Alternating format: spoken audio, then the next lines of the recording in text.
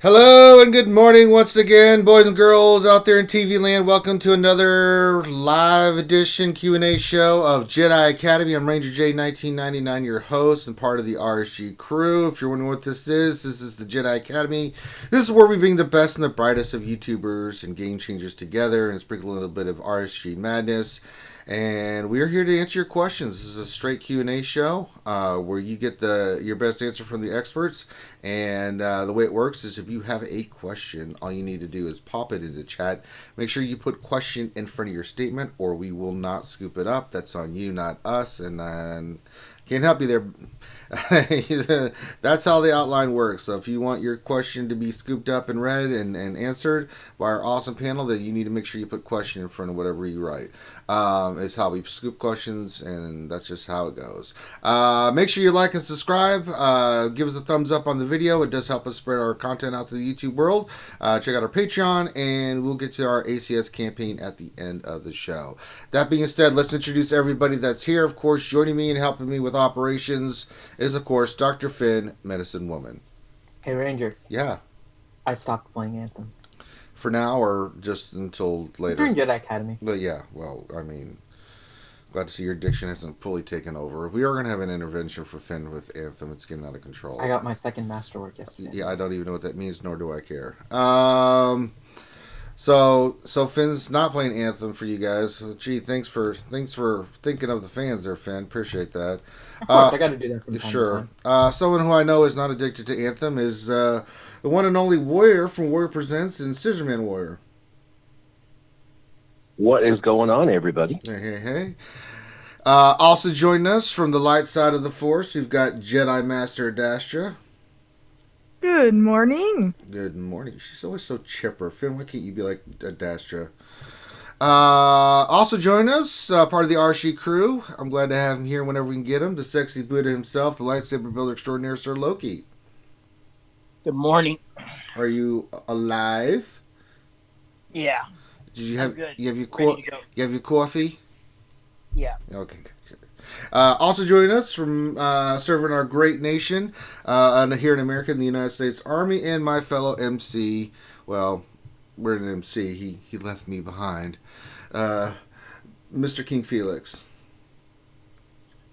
It is a trial run. They needed to move some people around. But yes. I could have done that, but I chose not to. It's fine, King Felix. Shills guilt tripped me and threatened me. Okay. He did. Sorry, as soon as you said Shill's, like, nah, that's not Shill's, brother. That's not what he does. Yeah, I know. The guilt trip, though, that was real. The guilt trip was real. Yeah. And last but not least, also from his own channel, Xylo Takedown, we've got Stoner Jedi himself, Xylo, here. Hey, what's up, everybody? What's going on? All right. You got your coffee? Where's my apprentice? Oh, yeah, he's eating breakfast, doing his thing, and getting the caffeine going. A balanced breakfast of vitamins and nutrition for the dark side of the Force. He was getting his caffeine going?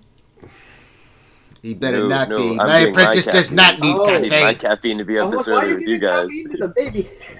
He needs his No, he'll be Coca-Cola, bouncing Finn. off the Shut wall. up.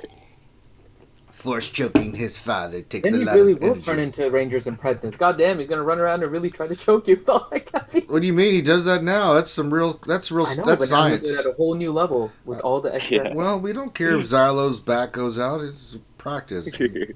Damn Force it. choking training. Yeah, I mean, he's a daywalker like me, so, you know, he is my apprentice. One day I will meet my apprentice. We will both wear our robes, and we will rule the galaxy. So, all right. So this is the Jedi Academy.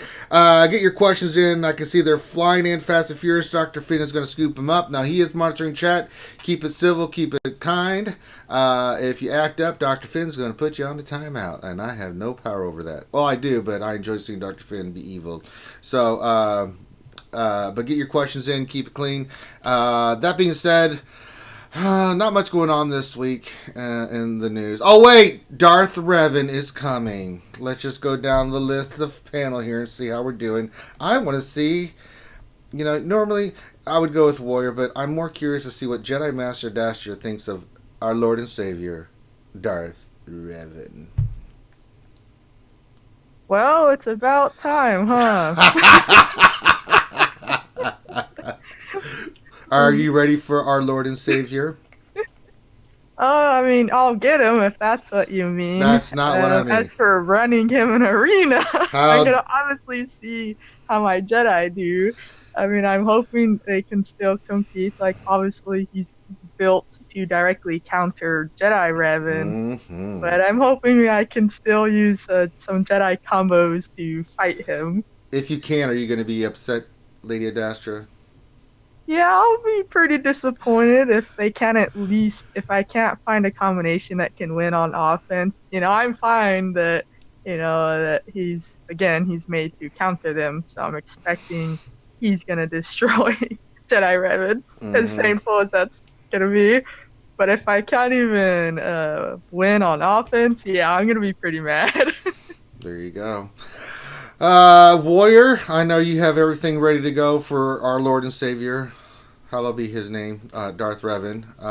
What are your thoughts on? I know, I know, I know, right? Oh, wait, we need So to. we talked about this earlier. He's not Revan Reborn, which is really my favorite iteration. He Sure. had his journey on the light, he had his journey on the dark, and then he became not light, not dark, but you have no home. He's basically gray. He runs with two sabers, and that iteration, Revan Reborn, is probably my favorite. So Darth Same. Revan, I'm like, meh. I'm like, it's cool. I mean, I'm as excited about Darth Revan as I was Revan. I think Revan, they did a phenomenal job on, and I think Darth Revan they'll do a phenomenal job on. In fact, I think his stances and his moves are going to look really, really dope. Yep. Due to the video that I saw, if the video has anything to do with it. Mm-hmm. So I'm pretty excited about it, but it's I don't know. I'm really I'm with Urzatron. I'm like super sad that my Gamorrean guard ain't getting his 3 Zetas. Well, I'm sorry to hear that. I mean, no, I'm not. Screw that piggy. Stupid piggy. The only Zeta he should get is fat enough for the Rancor to be eaten. That's it. All right. They should really make Gamorrean guard a tank that's super tanky, that once he dies, he comes back to life like at least 2 times. So he has you have to kill him 3 times. Because, those pigs were really, really all over the place. And so they're fat and it takes a while to chew through them. So, it should be kind of like the never ending tank as far as the zombie goes, but just maybe limit it to 3 deaths or something. deaths. But they should rework him just for fun, and I mean, at this point in the game, the second half-life of the game, they should be really focused on having fun with the older characters and viability, and the new characters they bring in, bringing new synergy to old characters. I think that'd be cool. Well, unless he's facing the Rancor, and then it's automatic death. He comes in there and he runs, tries to get to the exit, and the Rancor just automatically starts the match, scoops him up, and eats him. Well, we were talking about that a little yesterday during the lunch stream too. Is someone asked a question of what can they do to, introduce newer teams and stuff like that without, building new, legendary and heroes journeys, right? So just reworking the day one characters and, building the kits back up to the point where they're at least up to par for damage and, health and stuff like that, speed, so something like that. But we have a couple more years left, so. Yes, there's a 5-year plan. So we'll see what the 5-year plan entails. Loki, I know you're ready for Darth Revan, right? You got everything ready to go? I'm still working on Juhani, but yeah, I'm excited. I'm also worried.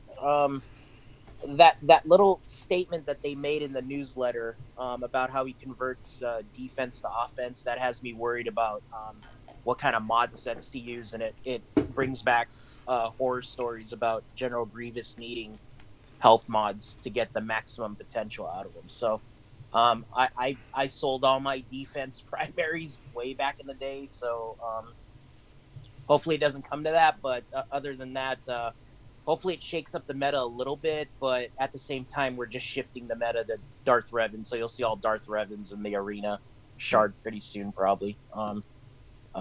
Yeah, but yeah, I'll be ready for him. Yeah. Drop. I am too. I'm farming up. I got my Basilisk 6 stars.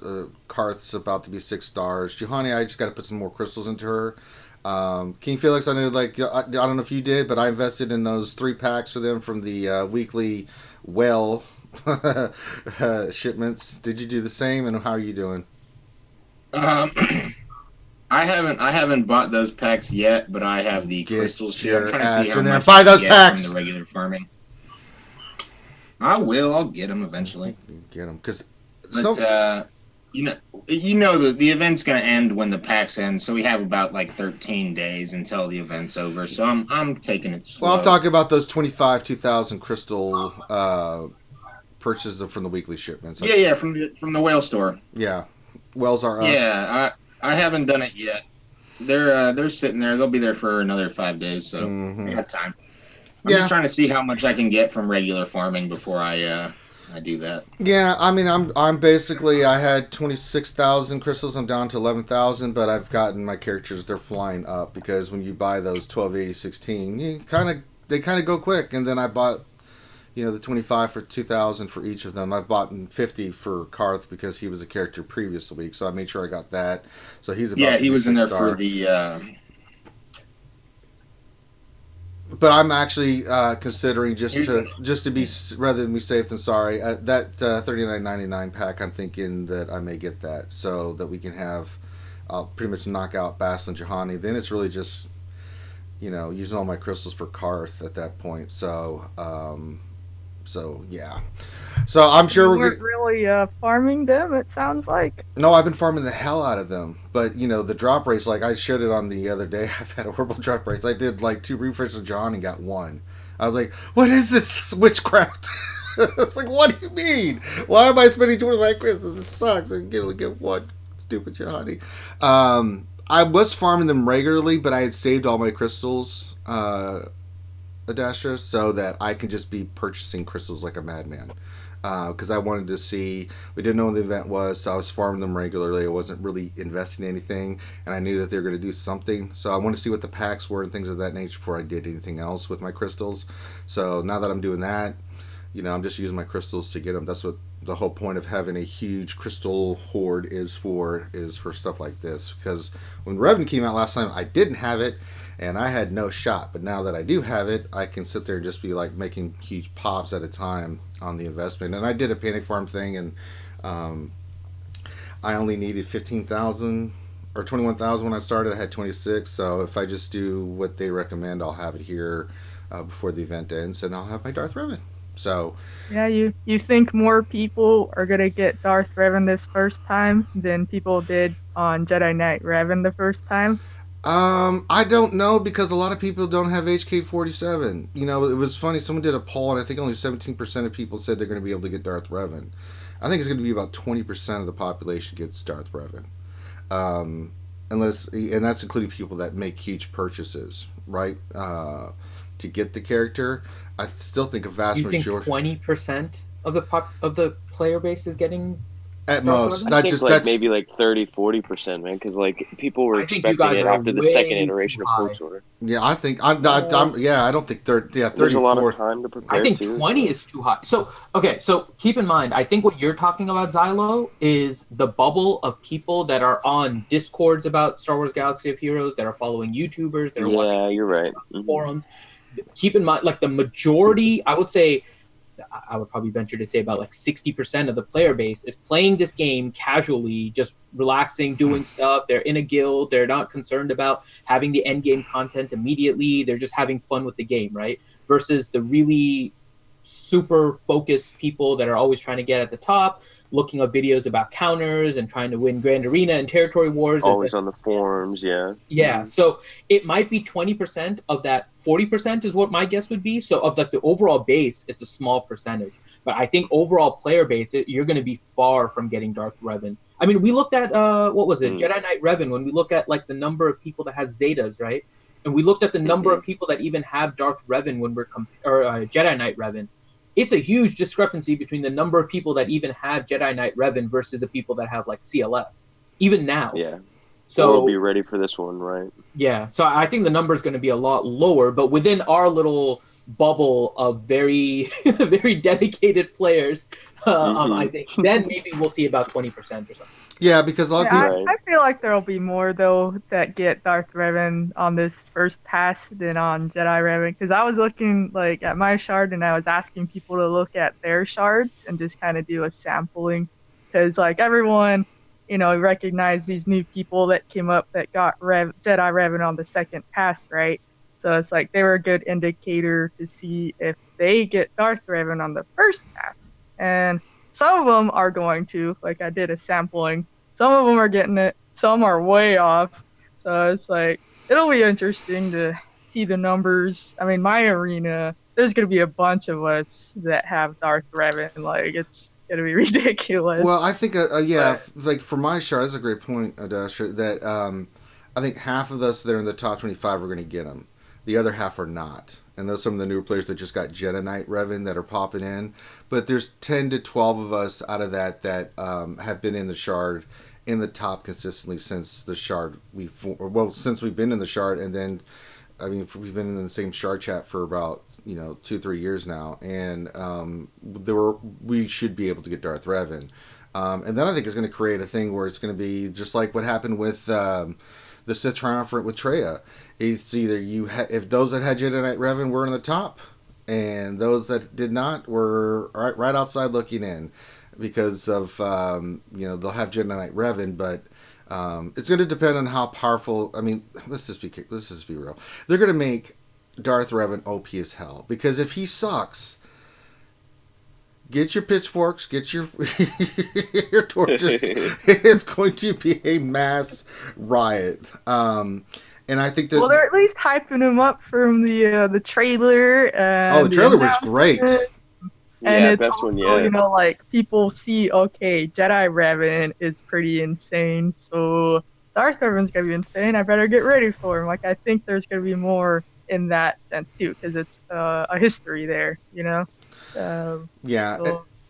And the thing is, someone brought this up the other day where I want to get before we start getting into questions, your thoughts on this, that HK-47 is not going to be the BB-8 to Revan like BB-8 is to JTR, that those two will be inseparable with any team that you use moving forward, because they're going to change his kit to where it's going to be ridiculous not to have him on there with Darth Revan. And they're also talking about changing the leader too. Drastically. I'm kind of sad about that. I like his leadership. It's simple but effective.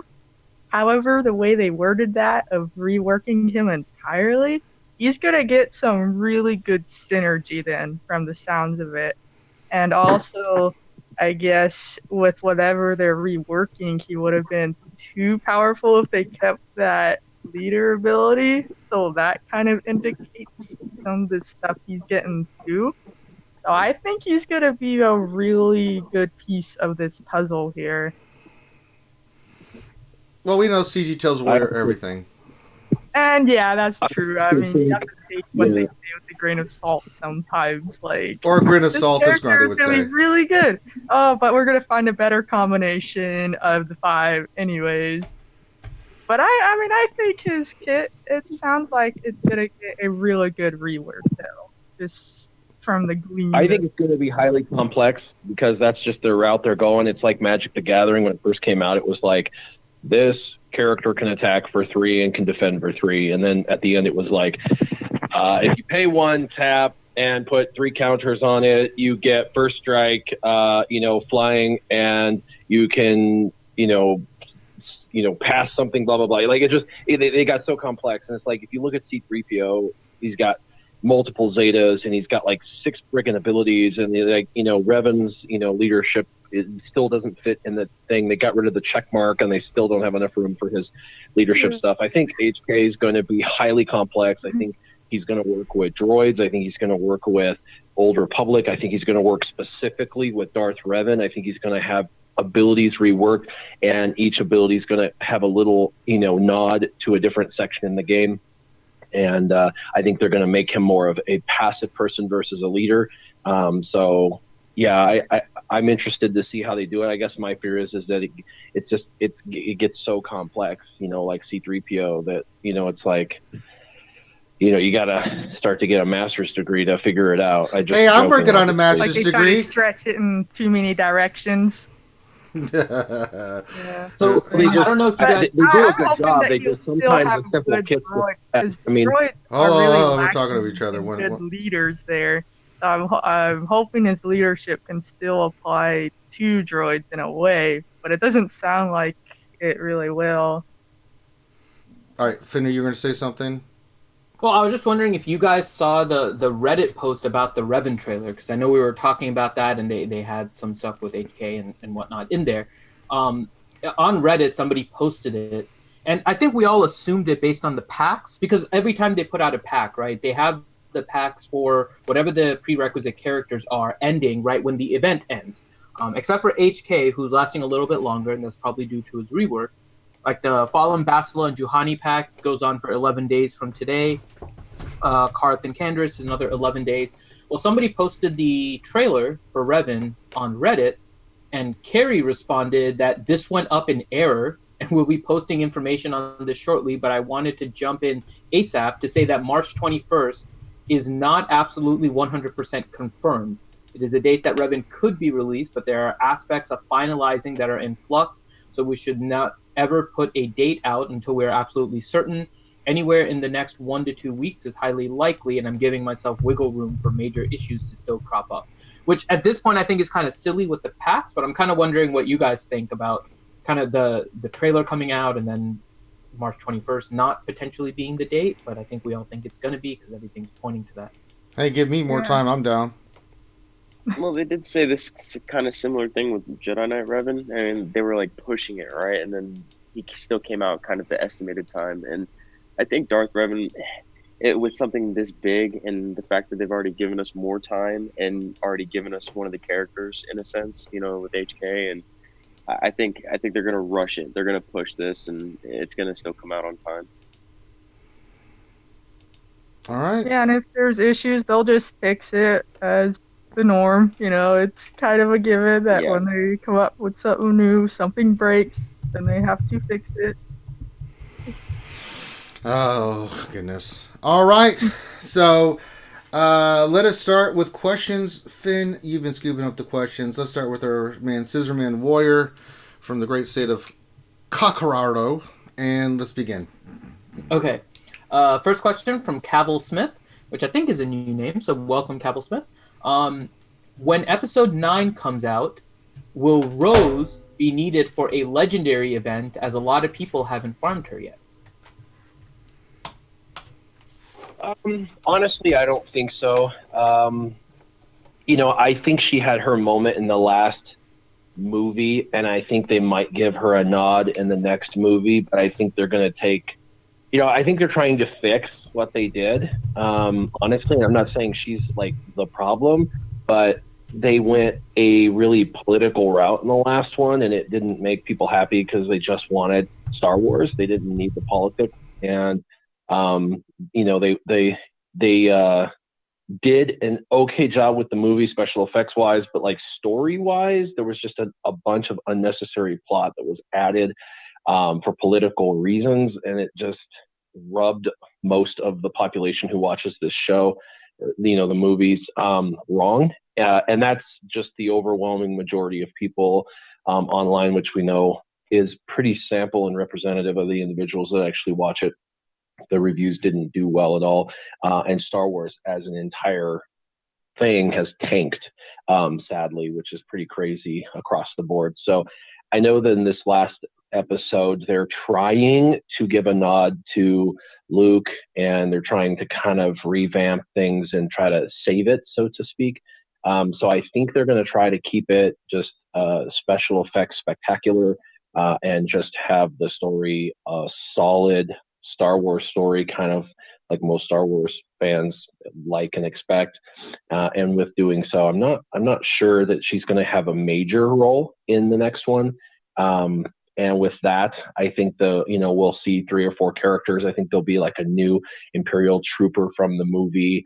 I think there'll probably be a new, bad guy, and then we'll probably get a new iteration of Rey, which will be like Jedi Rey. And I think that that's kind of the direction that they'll go, and they'll probably bring in 3 to 5 characters, a few light side, a few dark side, and I'm not really sure Rose will get it. But to be fair, Rose and Holdo were added not because the developers wanted to add them.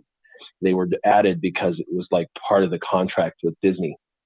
They were required to build characters on those individuals. They said, these are the characters you're going to build individuals on. So if Disney decides that they want us making a new iteration of Rose or using the old Rose or something, but I don't think the developers were happy about being forced to make Rose and Holdo. And I could be wrong, but I don't think they were. And so I don't think they would voluntarily make an event wrapped around them. And if there was, it would be a new iteration. And I'm not sure Rose deserves a second iteration in the game. So that's just my opinion. That's good. Good call. It's a good call, Warrior, on Rose. All right. Next question for Lady Adastra, our light side representative. Okay. Next question also from Cabell Smith. When farming new mods, should I do up the ones with 3 or 4 speed, or just the ones that have 5 speed secondaries? Well, that kind of depends on both the color of the mod, so to speak. Like if it's a gray mod, then it's, go for it. Depends on your entire inventory too, like how you're going about it. So like I like building from the ground up. So like I do all the grays first, and then from the grays that turn into the greens, and I work on the greens and the blues, etc. So with the grays, I like to, the 4, because there's a chance, if it hits speed, you're hoping obviously for the higher end, that it'll hit 5 or 6, but sometimes it'll hit 3. That's happened to me a few times. A gray 3 hit 3, so now it's a green 6, so it's not the best. But it just depends on all you have. So obviously you want to go the higher route first, your gray 5s, for instance. But if it's a blue mod with 5, that's not very good unless your other secondaries just rock. So it's like it'd be pretty lackluster compared, because you have the green and the grays that could be 5s, and then you have a blue that's a 5. That's just pitiful. So it just depends on your tiers there, so that make it worthwhile. So do your better ones first. So just go down the line. So yeah, 5s are worth it if it's down there. If it's the gray, green, also green 5s can be worth it, because also depending again on your other secondaries. Because sometimes you have speed there, but all the other secondaries stink, or it's not what you're looking for in that mod set itself. Because sometimes you're looking for specific sets or specific primaries that have those secondaries. So it's kind of complex in the sense of how do you organize your mods? What are you looking for? How many do you have right now? So I can't give you too many specifics, but in general, you're always looking for certain marks at each mod. If you're speaking of speed on its own, I mean. So yeah, the grays 5s is amazing. Greens, I would say, the 5 is the lower end there. You're hoping for 6s, 7s, etc. You're slicing from the ground up, I mean. So I hope you have a good grouping that you're working with.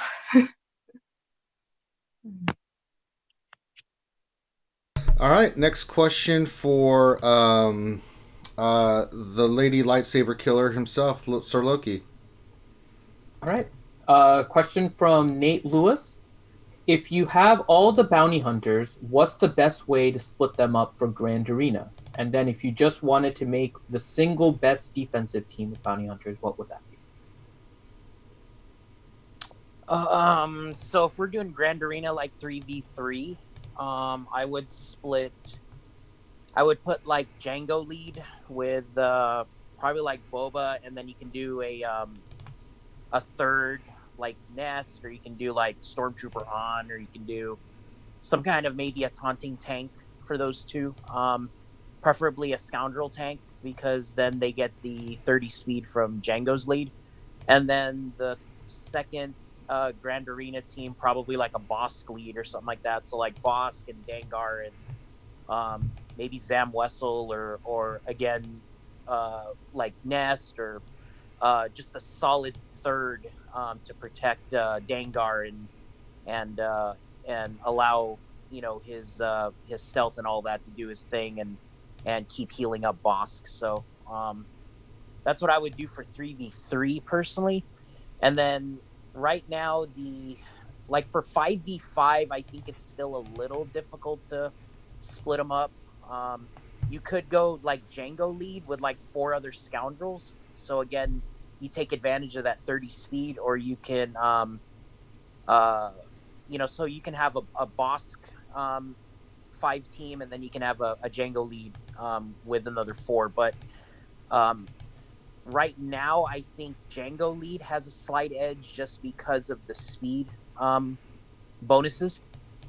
So, in my opinion, I would still run like a Django lead with Bosk, Boba, and then probably like Dengar and whatever a 5th would be. You could put like General Kenobi or Nest or Zaris or something like that. So that would, in my opinion, that would be the route to go. All right. Next question for King of the Hill, Felix. Okay. Question from Darth Scion, 1972. Since we have HK-47 for the upcoming Darth Revan event, isn't it kind of silly for CG to refund all of the mats for his leadership? Aren't most of us going to put these mats back on him? Yeah, I'm assuming most people will put the mats back on his leader. I'm sure I will. But that's just kind of like covering their own butts, saying like, oh, we changed something, but we gave you the mats back so you don't have to stay with the change if you want. It's like what they did with Barriss' Zeta when it was persisting after death. But I would guess 90+% of the people put that Zeta right back on her, because I did. And it's just a way to cover their own butts to make everybody happy if you don't want to put them under your leadership, or maybe you need them just real quick to go do it on Karth's leader. There's no problem with it. I think it's a good thing to do. It's not super important, because if you want his leader, you just put him back on there. I'll throw this to you, Felix. If they rework HK to work under a Reven lead, right, would you still redo his leader ability, or would you save it if you know that you're only using him under Darth Revan? I pretty much max out all the abilities that I can. Even with, we have plenty of leaders. I have Captain Phasma's leader maxed out. It's not like I ever lose your leader anymore, and it's how many mats are we talking? What is their leader, like 3 Omegas? Isn't it? I think it's usually 3. I can check while you're. Yeah, why not? You can use his leader if you need to. It all depends on what they rework his kit to be. Because if they make him if they kind of boost his leader in the rework, then maybe you don't even use him with Darth Revan, and maybe you remake a droid team, or maybe his leader, then, you type in Bounty Hunter, his name pops up. So if they give him a Bounty Hunter synergy for whatever reason, you never know what his leader is going to do until we get this kit rework. But just hold on to the mats and then do it once you get the rework after the Reven event. All right. Next question is for not the Mama Zyla takedown. All right, Zylo, question from What Else 73. The Mythic tier rewards suck, especially when you have to face all 6 Phoenix, fully Omega and Zeta, as an example. What are your thoughts on the Mythic tier rewards? Well, I like the ones with the 2 Omegas. I think we were kind of speculating on this one a couple of days ago during one of the launch streams, and we were also talking about like adding another tier to some of the events. Kind of push some more rewards actually. So I would love to see some rescaling on the events like today. Like I got 2 tenacity arrows with offense primary and no speed secondaries, no secondary stats that I wanted at all, and sometimes you see those events where they are kind of that difficult, and you have to take that extra push to, fight a little bit of RNG just to get past it, even with some Gear 11 characters. So yeah, I definitely would like to see them rescaling some of the mythic tier events, especially when, it's really challenging alone just to unlock characters like Thrawn for that event. So, it took me a while just to finish off that 6-man Phoenix Squad too, and it is a really difficult event. So I think if you're gonna, have to push for that difficulty, that you should get, the rewards that you work for. So definitely. All right. Back up top to Coors Light, Warrior. Well, before we go back up to the top, we have a What? A Brit that joined us. What? No, I don't care about that. If it's Mike, I really don't care. Hi, Mike. I'm so unused to the fact that your cup goes forward a week before ours does. I'm on here thinking, wow, everyone's here really early today. And then I realised that you've been streaming for You should have learned this from the lunch hour, Mike. Mm-hmm. Yes, I should have done, but yeah. Now, before I give you a question, Mike, I just got to know, Sweary hanging around anywhere? Because I don't need her coming in here dropping F-bombs, So Sweary literally has just woken up. She's still kind of, I think she's rubbing moisturizer into her knuckles because they're dragging a lot. Oh, boy. As she's walked down the stairs. So, I mean, it's probably not going to be another 2-3 hours before she's cognitant enough to engage in conversation of any meat. All right. It should be safe. Should be. Hashtag, I'm still scared. All right. Let's give Her Majesty's Finest Mike Hunt a question. Okay. And then after this, Ranger, there's a question for you, too. So, what? Oh, God. Oh, no. Oh, no. So, for Mike, question from Chris J. Do you think there is a slim chance that Darth Revan event will be a legendary, i.e. a 5-star unlock, kind of like C-3PO and Chewie, versus the crazy 7-star unlock? No, I don't think there is.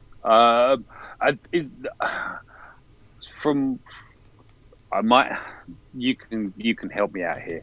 As far as I'm aware, any triple Zetas are 7-star or bust, aren't they?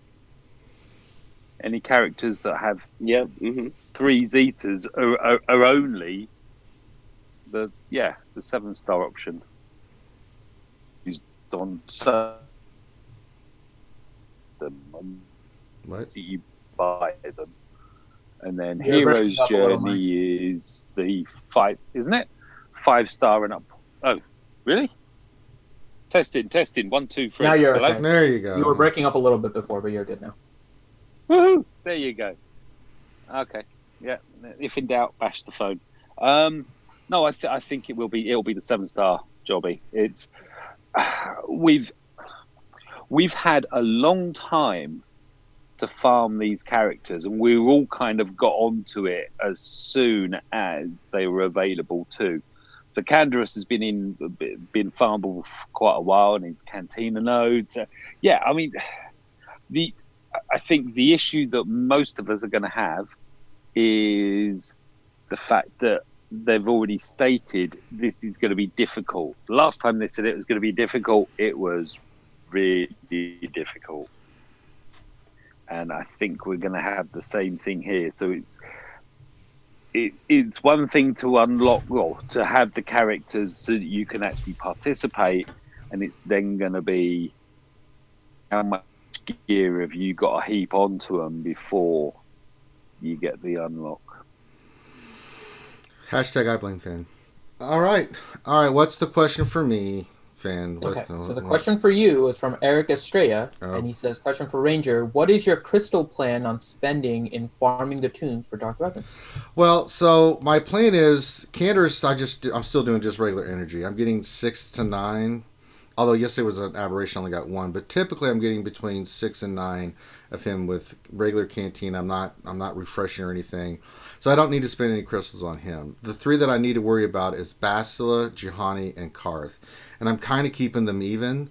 My main focus on crystals is Karth, though, because he's the hardest. What I'm doing with Juhani and Bastila is I'm doing the refreshes with my energy, the 25s, and getting their shards that way. So that's kind of what I'm doing that with. Now, I bought the big ones. I knew that those were coming. Thanks, shout out to Force Master, who gave me a heads up that was coming. And so I bought 25 of each of those. So that's what it's going to be. It's going to be those 3. I don't need to spend anything on Canderous. HK's been done for a while, so it's just getting Bastila, Karth, and Juhani up. So Juhani's a little behind right now, but I'm going to get... Anytime I see 1280, 16 for Karth and Juhani, right now I'm purchasing those. So when I see them, I'm buying them. So if I keep doing that and just keep doing the regular energy, especially for Karth and Juhani and Bastila, I'll get them knocked out here in the next week and a half. They'll be 7 stars, no problem. The real question for Ranger is how many hours it's going to take him to beat the event. None, because I have so much gear hoarded up that even if I got them all to 10, 11, I would still have enough gear left over for Darth Revan. I haven't done... I mean, this is when we say stay focused and stay on target. You know, having 300 stun cuffs and 300 stun guns. And that's just salvage. That's not talking actual pieces I've gotten from the raid.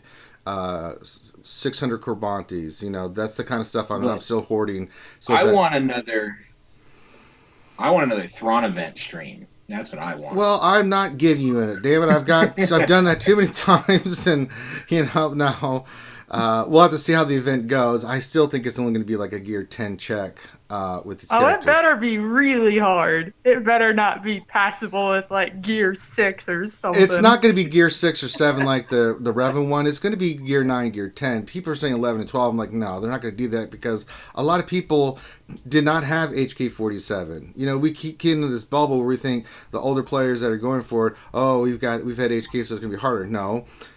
85% of the player base doesn't even bother with HK47, nor they're just farming these characters for the first time. If they make it gear 11, it's ridiculous. That's their fault. Yeah, but HK47. That's their fault. They should be collectors. We say the opposite. So I don't think it's going to be. When they say it's going to be more like I do. I know, but people are reading too much into that. When they say it's going to be more difficult than the other event, you can go in there with gear 5 and 6 characters and beat the damn thing. So yeah, it's going to require a little bit more gear, but I don't think it's going to be gear 11, gear 12 where you're sitting there struggling because that's just not what they're going to do. But I still think it's going to be a higher gear check, just not astronomically harder than what it is. I mean, when I was looking at some of the footage from the battles and stuff, I'm like, okay, yeah, I can see gear 9, gear 10. You have to beat that stuff, but you can't go in there with gear 5. But then again, you're running around there with Reven, who's going to be like the other journey event where it's like, okay, all my other characters died, Reven's still alive, I win. So... This should be the hardest one to date, where it's gear 12, 60 mods, beta. No. Yeah, that's what it'll be. No. Gotta make you work for it. Oh my god. Only the 1% can get this character. It's a minimum 5 Zeta squad. No. It's not going to be that hard. Get out of here. Stop it. Stop it. Quit making people pee their pants. Stop it. It's not going to be that. Clean up on aisle 4. But I think it's going to be that level because it does require to use some of your gear on them. It'll make you probably have to use their Omegas. Not their Zetas per se, but I think you're going to have to invest something into these characters to unlock it, but not astronomically. And at least the plus side, they're good characters. Mm-hmm. They're very good characters. I mean, the thing that we always say here, and Warrior, you can talk about this, is, when you're doing the pillar system, the one benefit of farming squads for characters is not only do you get the character, but you get the squad associated with it that opens up your roster more. And this is what this is doing too. And Warrior's not there. It's all about farming efficiency. So finding a squad that you can use and unlock something with it, and then use it in the long term. Yep. All right. Next question for the match is King of the Midwest. So Warrior. Okay. Question from Acheron. What gear level are you getting your Old Republic to for the Darth Revan event? On my Scissorman account, it ain't gonna happen. And on my main account, I have them all gear 12. And to speak on that, remember they said this is going to be a very difficult. So they have used in the past the word difficult, and they've used the word in the past very difficult. So that means something. It's coding. They want to make sure that they're consistent with their message. So when they say something that they say this is a difficult event, that's what they mean. It's difficult, and difficult means like gear 9 and really great mods. Very difficult means gear 10, gear 11, and very good mods. Obviously, there are people out there who are really good at understanding the character's kits and how to work them and have really great mods. And so there'll always be those guys who have like gear 9. I did it with gear 9, but and they'll be on Reddit. I did it with gear 6. I used an emulator. I'm just kidding. Right? They're like, oh yeah, my characters were doing 100,000 damage. I don't know how I got it so easy. But anyway, very difficult signifies a gear 10, gear 11 kind of minimum to where it's not probably going to be quite like Chewie, but it will probably be, one slight step down from Chewie. Chewie was probably the most difficult event, one of them, unless you were just like maxed out gear 12. So my characters are gear 12. I've only got, 6 characters or something like that aren't gear 12. So I'm just passively, gearing up like stupid characters at this point. And I have I've got like 7, stun guns, stun cuffs, Carbantis just sitting around. So I'm at that point in the game where just when a character's needed, I'm already there. So a new character comes out, I get them gear 11 in the first week, free to play without spending anything, just with the overage. So that's where I'm at. So unfortunately for a lot of people, they don't have that benefit. So I would say shoot for gear 10, and gear 10 hopefully will be enough. And with your arena mods gear 10 and enough tries and RNG, you should be able to do it. But if you're trying with gear 8 or 9, you're probably going to struggle, if not, possibly not be able to make it. So you heard it here first, folks. Warrior says I'm going to have another 6-hour stream. I hope you guys enjoy it. Thanks. One last thing. The other thing is this is going to be like the last event. You remember the last event? They use different characters for different segments. Mm-hmm. It depends on the segment. If a particular segment is difficult, then those characters will need higher gear. If a particular segment of the battle is a little easier, you'll not need those particular characters quite so high. Like Old Ben in that one event didn't need to be high. He just needed to sacrifice himself. There was no gear requirement for him. It was a thing they wanted. They wanted him to die. So there was an event ability.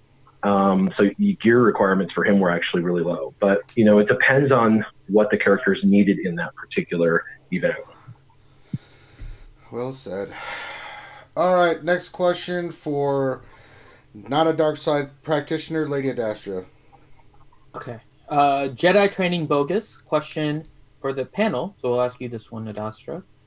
What new raid do you want CG to release this quarter? For myself, I would like to have a Geo Arena raid with those 3 monsters. Something Jedi themed would be cool. Really? The slaughtering of the Jedi with Anakin? The youngling slaughter? Yes. I said something cool. Master Skywalker, what are we to do? There's too many. That'd be so messed up. But no, seriously, I mean, we are the third raid new raid because the Sith raid has been out for well over a year now, right? Mm-hmm. Yep. So I think we are overdue for something new. I know the Mythic raids is a hot topic that's been data mined, so that might be coming up pretty soon. But as for like a fresh new raid, I think we are due for it, especially as we keep getting more OP characters. Like I'm expecting Darth Revan is just gonna be another one that destroys in the Sith raid. So obviously one that could happen someday, I don't think it's ready yet, would be a ship raid that's part, the space battles and ground war, or it could just be a miniature ship raid, a run on the Death Star, for instance, or I feel like we'll get that someday when we have more ships. But otherwise, I don't know what kind of raid they could release thematically, because they usually have some sort of theme to it. You would have to think first what would be a good character that you acquire from it. Like what new character could they release that would build a raid around it? So we'll see. I mean, something's gotta come pretty soon. All right. Next, we'll go to yes. I gotta get going. So have a good one, you guys. Oh, Lady Dash, Bye, Dasha. tell work you're doing the Jedi Never Academy. forget that I rule. That I still rule. and work on your ETH Koth, right, Ranger? Actually, before you go, You're breaking up, Dash. I didn't hear that last part. You're not coming in clear. That's a shame. I have one question for Adastra before she leaves. If you can do one more really quick. What? Okay, question from Nathaniel Morgan. Will ETH Koth be an integral piece in controlling HK on the Dark Revan? Oh, for God's sakes. Absolutely. He's already good. I used him on my arena team yesterday.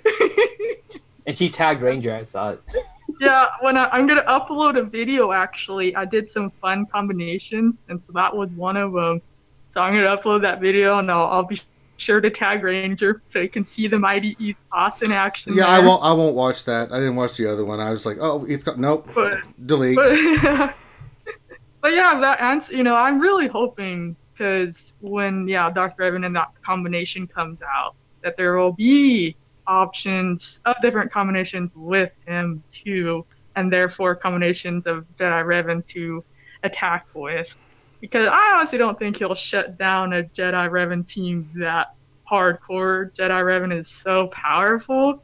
It would take a very OP kit to just shut him down where he couldn't even win on offense. So I'm pretty sure I can at least win on offense. And if they have HK there, perfect excuse to have ETH Koth in the team. All right, folks. Check out all that on Lady Adasha's channel. We wish you could stay longer. All right, but have a good one. We know you got to work, so we wish we could have you longer. But go handle your business, Lady Adasha. All right. Next, we go to drinking 4 lattes at a time. Sir Loki. Okay. So, question for Loki from member Tauntauns.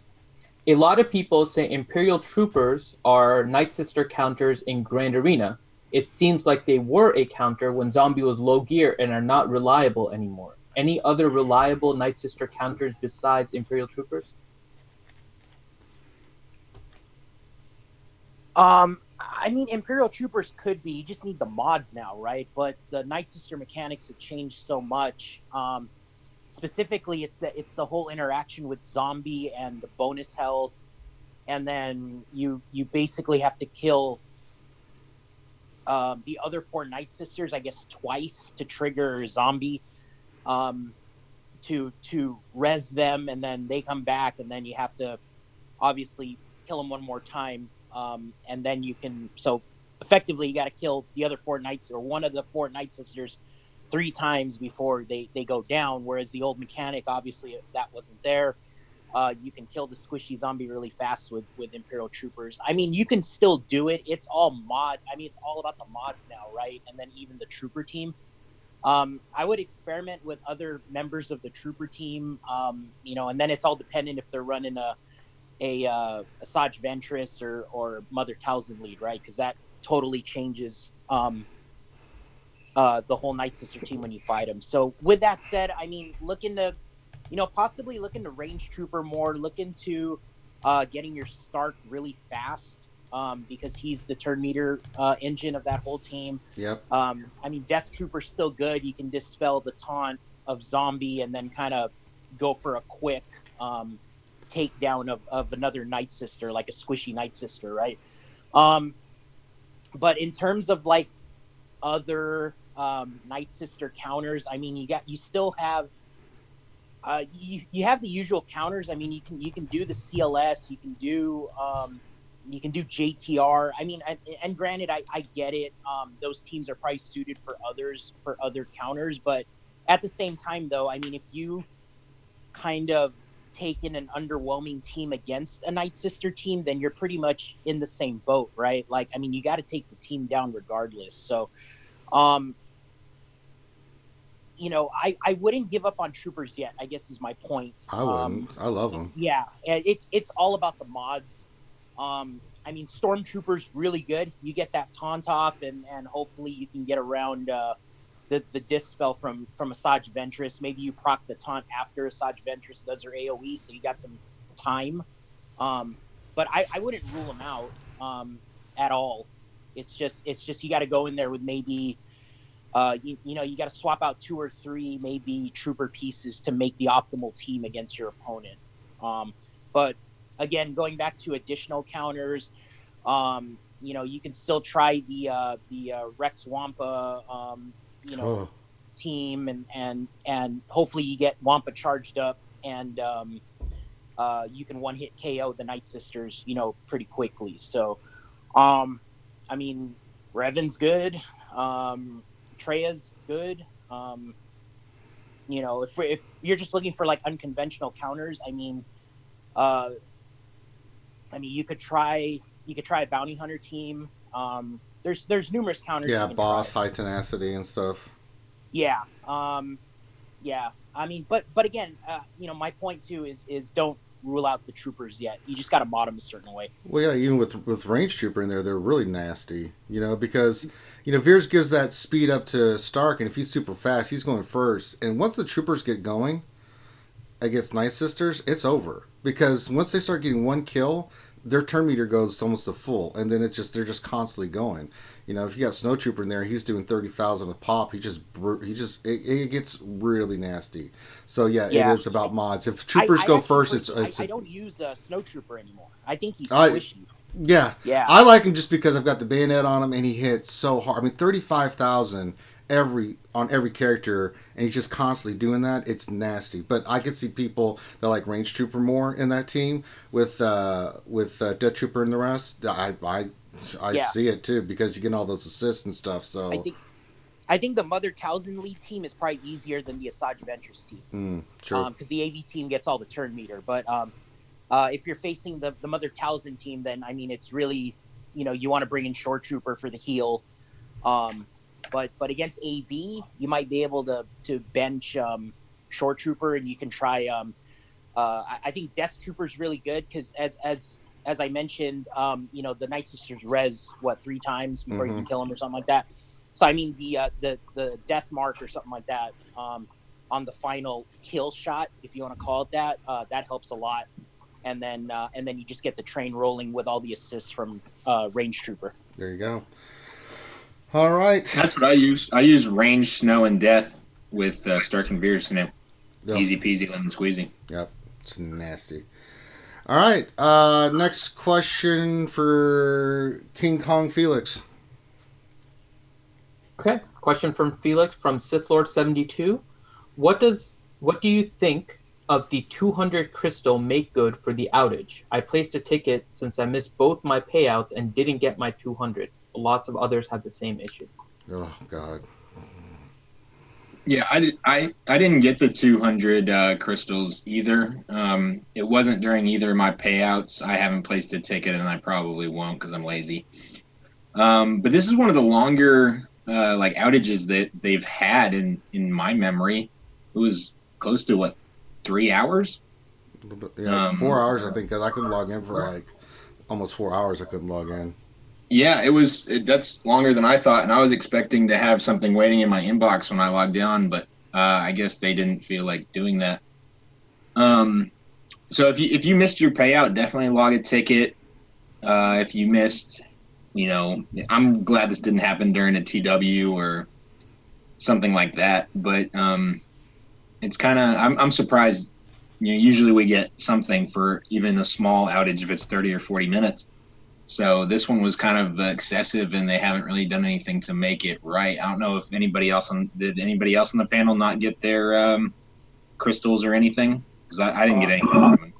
I woke up to nothing inbox wise, but our guild chat was full of players that had already subbed the ticket, and the response was within 20 minutes. And I'm like, really?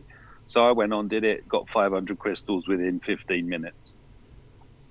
It looks like they're sitting there waiting for it, but they're not just going to hand it out. You just got to put the ticket in, job done. Boom. Yeah, I know. The other thing is it was go ahead, Warren. Localized. Only a few people were affected. When I say a few, I mean like few thousand. 22 of 24.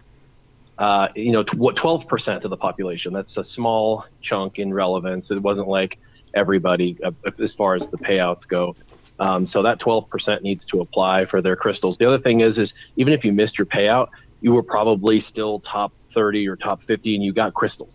And so you probably got 300 crystals that day of the 900. And so, what you need to do is you need to figure out how many you would have got versus how many you actually got, so you can show fairness on your end instead of greed. And then when you talk to EA and you put in your ticket, you need to tell them exactly what you lost, how you lost it, and what they need to do for you. And it's not an ask, it's a tell. And then when EA says, well, we can do this, take it or leave it, you send a message back saying, no, I've invested this amount of money into this game and this is what I've done. What they'll do is escalate it. They'll look, and if they say you spent money, they realize that you've got an investment into the product, and then they'll give you a counter offer that's better and probably what you asked for or more. But never take the first offer unless you're completely and utterly free to play, and then you have absolutely no bargaining power, and that's just the way that, unfortunately, this works. Yeah. And I think that unlike other, because it was so, some people missed 2 payouts, Ships in Arena, right? I can't remember who it was that said they missed 900. But it's very localized. It was individual, so it's kind of hard to do a blanket giveaway because you're not going to. It's so individually based on who missed what and who didn't get what. So we're dead on the money. If you got hosed, then you make sure you get what is owed to you. If it didn't affect you, then it didn't affect you. What are you expecting? So, and I was trying to see if there was other things. I still was able to get my 600. There's some other issues that might come about that maybe guild leaders maybe need to say, like, look, we weren't able to get our 600 or stuff like that. I don't know if they're going to really react to that. But if you think it's an issue, create a ticket. But it's a smaller percentage. It wasn't like it was the whole game. We've had those in the past where nobody could get in. That's a bigger animal to deal with. So I think they're trying to deal with it like that. This one was Europe, though, wasn't it? The time it went out was the European payout time. I don't know if it affected everybody in Europe. I know it did affect a lot of people in Europe, and it affected the East Coast of the United States. So I don't know what the correlation there is. And it wasn't even everyone. So what happened essentially was that if you had the game open, you were fine. Right. People that were loading the game, that when you're loading the game from blank, they were the ones that weren't able to get in. Because you and I are in the same time zone, Ranger, and I was in the game doing whatever. Right, because I had logged out like a normal person. So it was an issue with getting back into the game once you had left, is what it seems like. Not 100%, but whatever it is, it seems like they figured out what it was. So yeah, but it was pretty much, in terms of arena payouts, it was the European time zones that were affected, because it was around, I think it started from around 11 Eastern time and went until about 2 or so Eastern time before it was fully resolved. Yeah. So that was yeah. But there's people that have changed their payouts and things of that nature that could be East Coast and have a later payout or earlier payout, like Eastern Europe. So if it affected you, then get what you're owed. All right, next question for I don't smoke weed, but I do, but I don't. Zalo takedown. Okay. Brygon Ruby. Question: is KOTOR over for a while? Will we ever get Reven Reborn, who we all actually want? Oh. Well, isn't the 15-year anniversary coming up in a few years? See, KOTOR came out in 2004. This is the year, right? 2000. Was it 2004, 2005 it came out? Or is it remember, honestly. 2005? If it was I think it was 2005, 2004. then I don't remember the exact date. Well, anyways, we were talking about it recently that, like the Ebon Hawk and the Darth Revan event would kind of cap the KOTOR stuff for a while because some people are feeling a little overwhelmed, especially like the players who, don't know the lore or the characters. They don't have that, connection with like Reven or, even some of the side role characters even.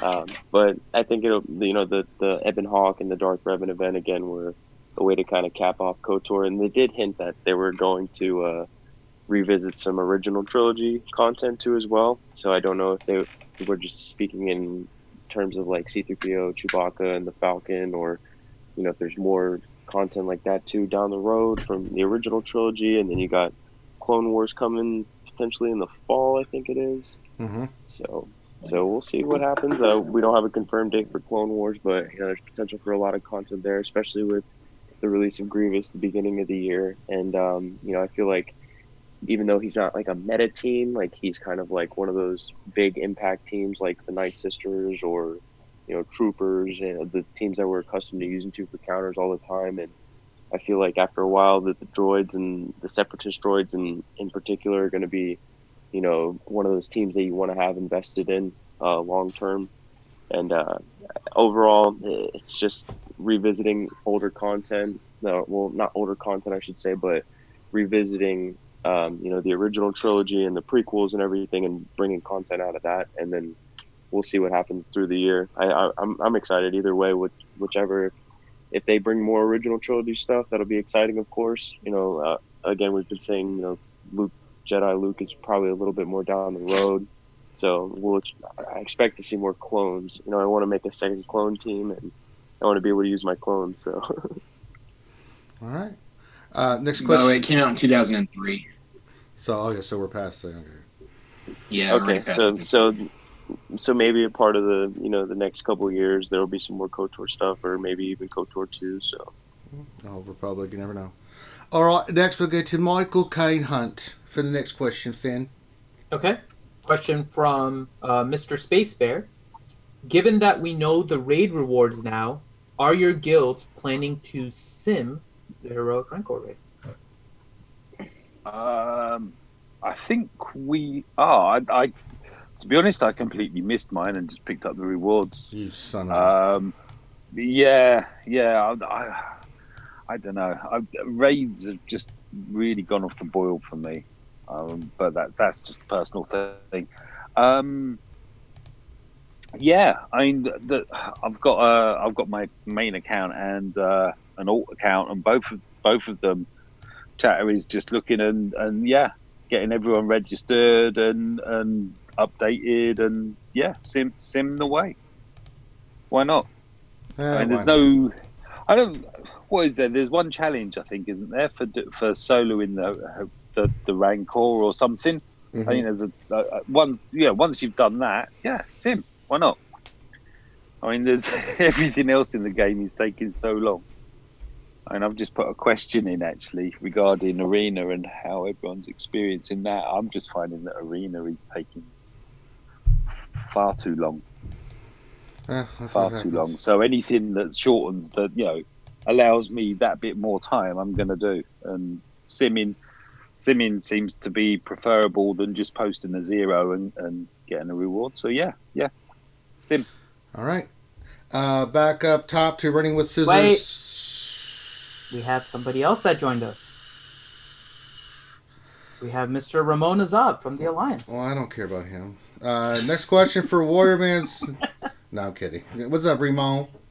What's going on?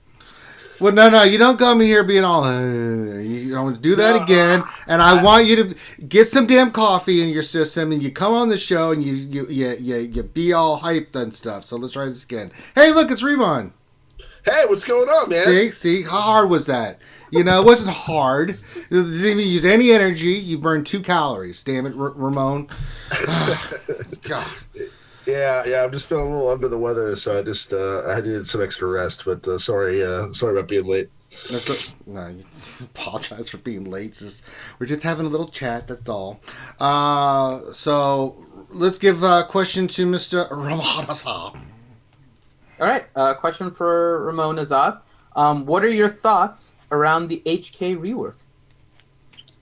Okay. That was from D Perks, by the way. Well, Ooh, my boy D Perks. Well, I mean, we don't know anything concrete yet. We're just kind of like speculating here, right? Mm-hmm. Pretty much. They give some details about it in that forum post with regards to like what they're changing, but yes, we don't have like a full kit. Well, my thoughts are that it's going to kind of ruin that old school droid team, and it's going to be good and bad. I think it'll be cool to have a character kind of repurposed, because even that old school droid team is really not very viable. I just kind of feel like that leader ability was pretty awesome, and if they kind of boosted the rest of HK-47's abilities a little bit, maybe added to that leader ability a little bit, it could have made his synergy with the rest of the droids a little better. But I have a feeling they're going to repurpose, or they're going to change that leader ability entirely.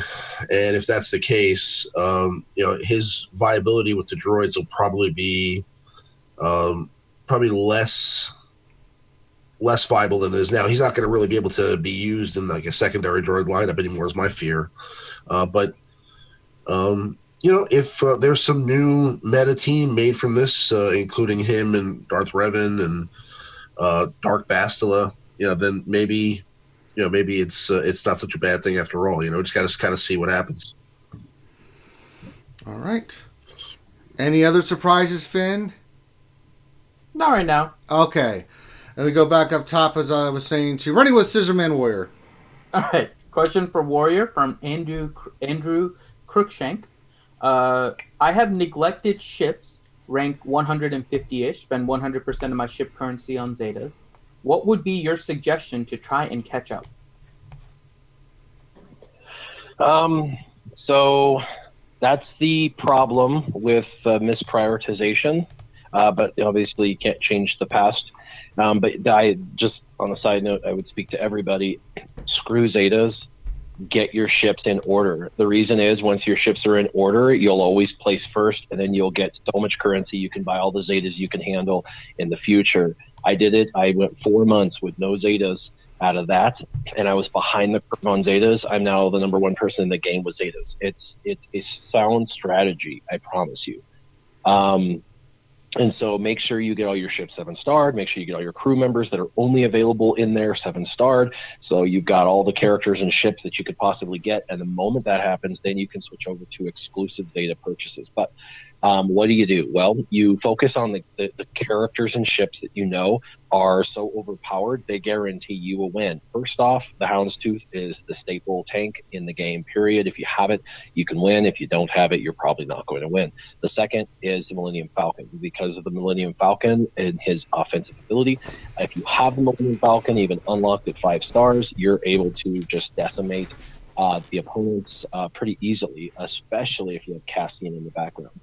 Cassian with that ship is basically the 1-2 punch you need to counter another Millennium Falcon. So I say Houndstooth, Millennium Falcon, Cassian are those 3 ships you have to have, and then all the rest really don't matter. You can plug and play anything you've already developed.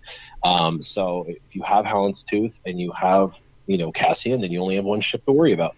If not, then you know what you need to work on. But for the Millennium Falcon, obviously, you're going to have to develop not only the bounty hunters, but you're going to have to develop the crew's ships. And there's 4 of them to work on. So work on them and the characters, and they're usable in that lineup anyway, so they'll work. But if you have the Millennium Falcon, if you have the Houndstooth, you're winning on offense and you're not dropping as far on defense as others that don't have it. Science. All right, next question for Sir Locomotive Loki. Okay, question from Allison, and I apologize if I say the name wrong. Allison Bagundis.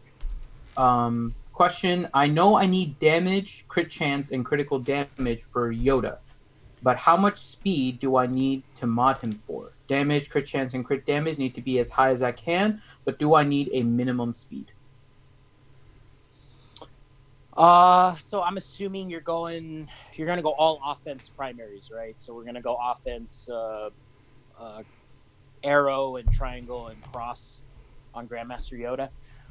So a target speed, you don't really need a lot, but I mean, No. I'd say maybe like 210, 215 ish Yeah. to start, and then just work yourself up there. As you get better mods with the offense and crit chance secondaries and stuff like that, and you start slicing mods. Maybe you want to work up to 220 or I think mine right now is like 220, but then I have the target you want is that like 7,000 plus special offense. Damn That's right. the big one. But yeah, I'd say right around 210, 215 to start with. I like it. Yeah, mine's 241, but I got 16 mods. But mine's an offensive set with, with my best offensive mods on the cross and the triangle. But all my offense have offense on them, so that I'm getting that percentage. So it's a little bit of best of both worlds, but you got to slice for it. So you have to think offense with him. Mine's 6849 and my speed's 241. But Loki's absolutely right. You get to build it up slowly. Focus on offense first. I'm telling you, when Yoda hits hard, he hits hard. He comes correct, and he's gonna get turn meter from doing what he does. So speed is not as important. Loki, you're so smart. No, that's science, man. You use science. One other thing too that you don't want to neglect is his health. No. So I know you're focusing on crit damage and crit chance and offense, but don't neglect the health. Get his health to, I don't know, 38k, maybe 40k. That's pushing it, but you need him to be a little tanky as well. So your Yoda will survive if it gets marked, or if it gets, if they try to one hit KO one tune, in like Grand Arena, and they try to go for your Yoda, that extra health goes a long way, especially when he starts counterattacking. He's got retribution. Every time he attacks, he regains health, right, and protection, which is really good. So don't neglect the health either. You can get him super offense, hitting hard, but if he only has like, I don't know, 28,000 health, I think we got a problem, because he's going to be a glass cannon, and you don't want that either. All right, let's go next to Burger King Felix for the next question. Really? Okay. Question from That Ray was Rock. a good one, man. I'm laughing, dude. I'm laughing on that one. Well, hey Finn, give me Tauntaun's question. Give me that one. Tauntaun's question? Yeah, it's right underneath Allison Fagundes. I don't know if you saw it, but this is one of the things that I always say about the game. I don't know if I... Here, I'll read it for myself. Don't worry, I got it. No. This is one of my favorite topics of the game, and I want to start. So, member Tauntaun's question: when I get a new ship or character since Grand Arena was announced, I haven't unlocked any of them, so my GP won't inflate, which kind of sucks and goes against the spirit of the game. What are your thoughts? I completely agree it's against the spirit of the game. I think it's against the spirit of American culture. I hate this GP inflation, like everyone's afraid of it. I have every tune at 85. There's only 5 characters I don't have at 7 stars, and that's because a couple of them haven't even been released yet. The new droids. I hate I love it when I see a Grand Arena opponent and they're super top heavy, because then they have nothing on offense. So if you're scared about inflating your GP, don't be. Get everyone to gear 11 that you can. If it takes a while, that's fine. But holding all these guys at level 1, removing mods so you get a better matchup, it's wimpy, and I don't like it. Well, let me offer the repose to that. My last arena match, he actually had 3,000 more GP than me. I'm 4.8. It was a mismatch. He had everything like you did, Felix. All his characters like 85, 7 stars, gear 7, right? I destroyed him. And it wasn't even close. He couldn't even get through my defenses because his top end was crap. I mean, he had gear 12s out the butt. But his bottom half put him in the same bracket as me, and because I'm more hyper focused and don't just throw GP to get GP, I focus on the characters. Like, how hyper focused I get. I pick a squad like Kira Scoundrel, and I just go all in. But I'm not taking all the other characters like Cup or Mob Enforcer or anything like that. He did. He was in the same bracket with me, and he was no match. And I felt bad because I put Trey and Reven on defense. He tried to attack each, got smoked, and was like, I'm done. He even went all offense. He put like crap on defense because he knew that that was his only shot. So I understand the wimpy thing, but it's also about being tactical.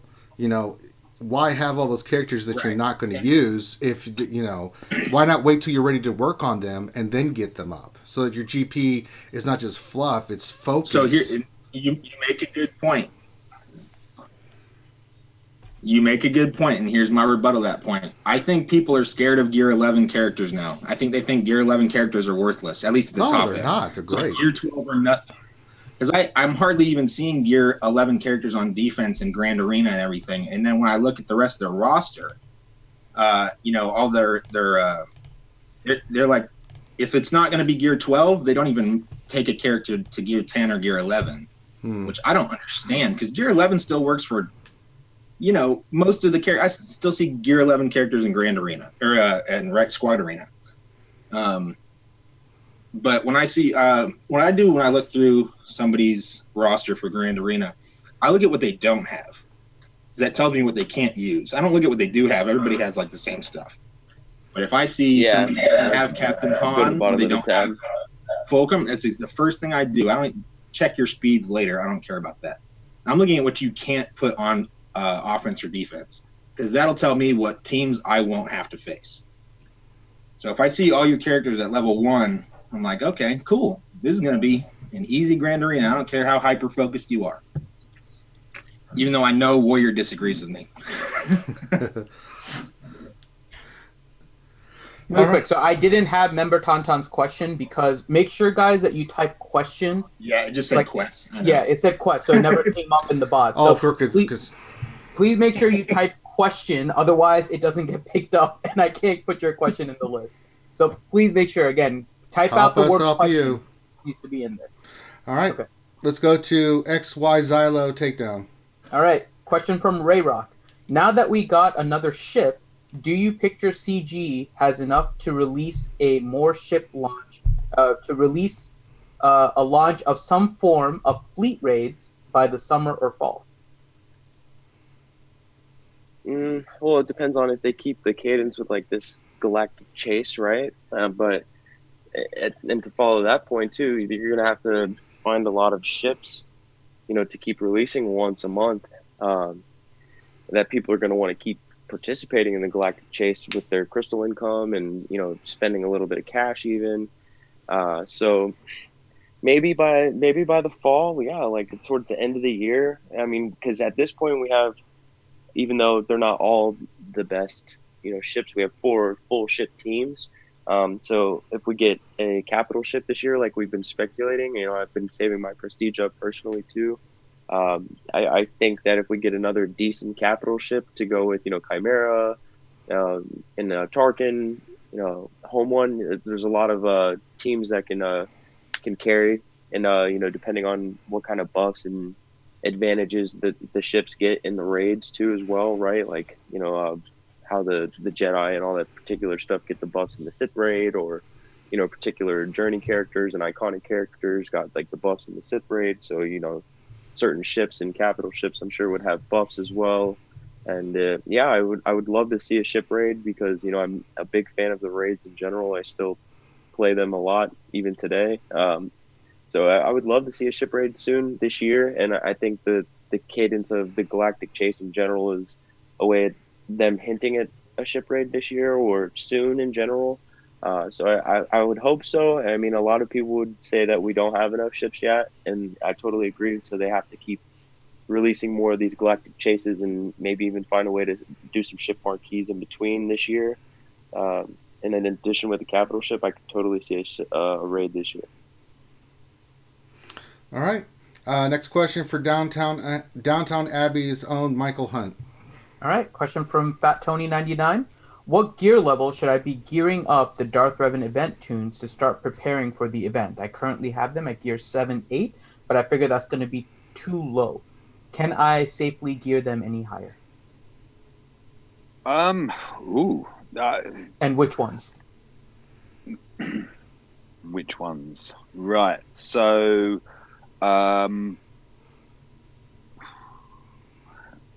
sorry.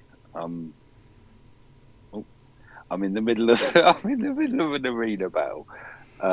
Michael. So I'm a little bit distracted. Michael W. Hunt.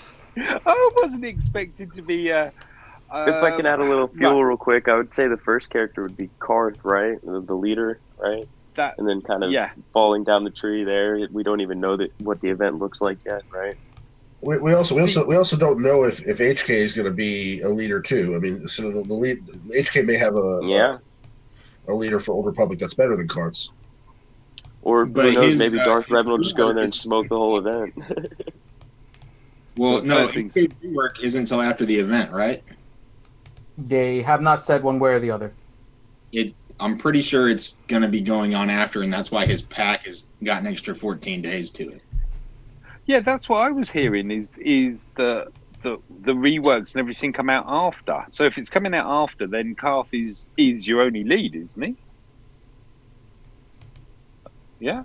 If the rework is after, yes, but I haven't seen anything that says the HK rework is officially after. You look at his pack, and the pack is extended, but the pack can also be extended because there's a rework, and a lot of times those are like 30-day packs, just simply because. Well, no, the reworks are unequivocally after the event. It says that very clearly that after the event, after Darth Revan's event, there will be two reworks after the event. So those aren't coming until after the event, and that was in the initial announcement. So yeah, that's why the extension of the pack and everything, because they said after the event there will also be an exciting two reworks on these two characters. So we won't even know probably what's going on with theirs until after the event launches, and then they'll probably, because I mean they're still working on those kits apparently.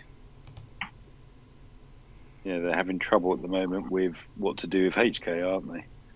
Well, so the rest of it is okay, but the thing that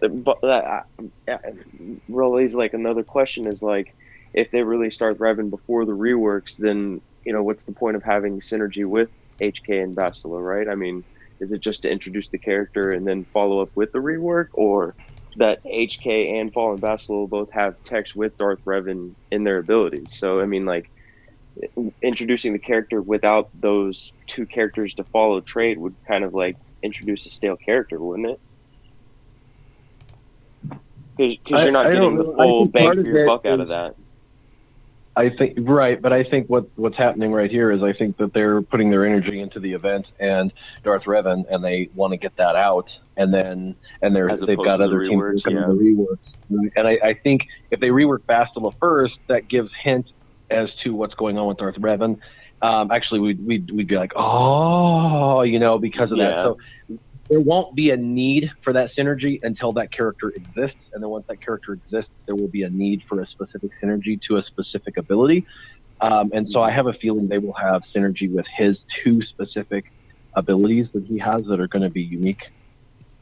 I'm sure they don't want the reworks to affect your purchase decision either. Right, like they want to make sure Darth Revan's not bugged, then go with the reworks one at a time, and that's HK will be the last one because his pack's extended. So they want to make sure Fallen Bastila is not bugged with Darth Revan, and then HK is not bugged with the other two, right? You also don't want to have a bunch of people saying that these reworks are whack, and then that affects people buying. I'm not saying that Darth Revan himself, yeah, right. Yeah, the Grievous backlash hasn't even ended yet, has it? So, well, as it stands now, HK has like zero synergy with Darth Revan, anyways, because he is all joined. So he has like nothing Old Republic or anything right now. So until the rework, I mean, I don't know how much worse they can get with the synergy between Darth Revan and HK. Oh, and that's another thing too. If HK doesn't have the Old Republic tag before the event, how are they gonna list the requirements? The event's called the Scourge of the Old Republic, right? So You need Old Republic characters. All right, next question for Ramon, please. Okay. Question from What Else 73 is Zeta Bastila, Old Ben, Zeta Hermit Yoda, Ayla, and Zeta Barris a good team on defense in Territory Wars and Grand Arena? Well, I mean, I've never tried that particular combination per se, personally, but I can see how it would be a time-consuming team to take out unless you're using, like Reven to take them out. Yeah, I mean, I can see that working.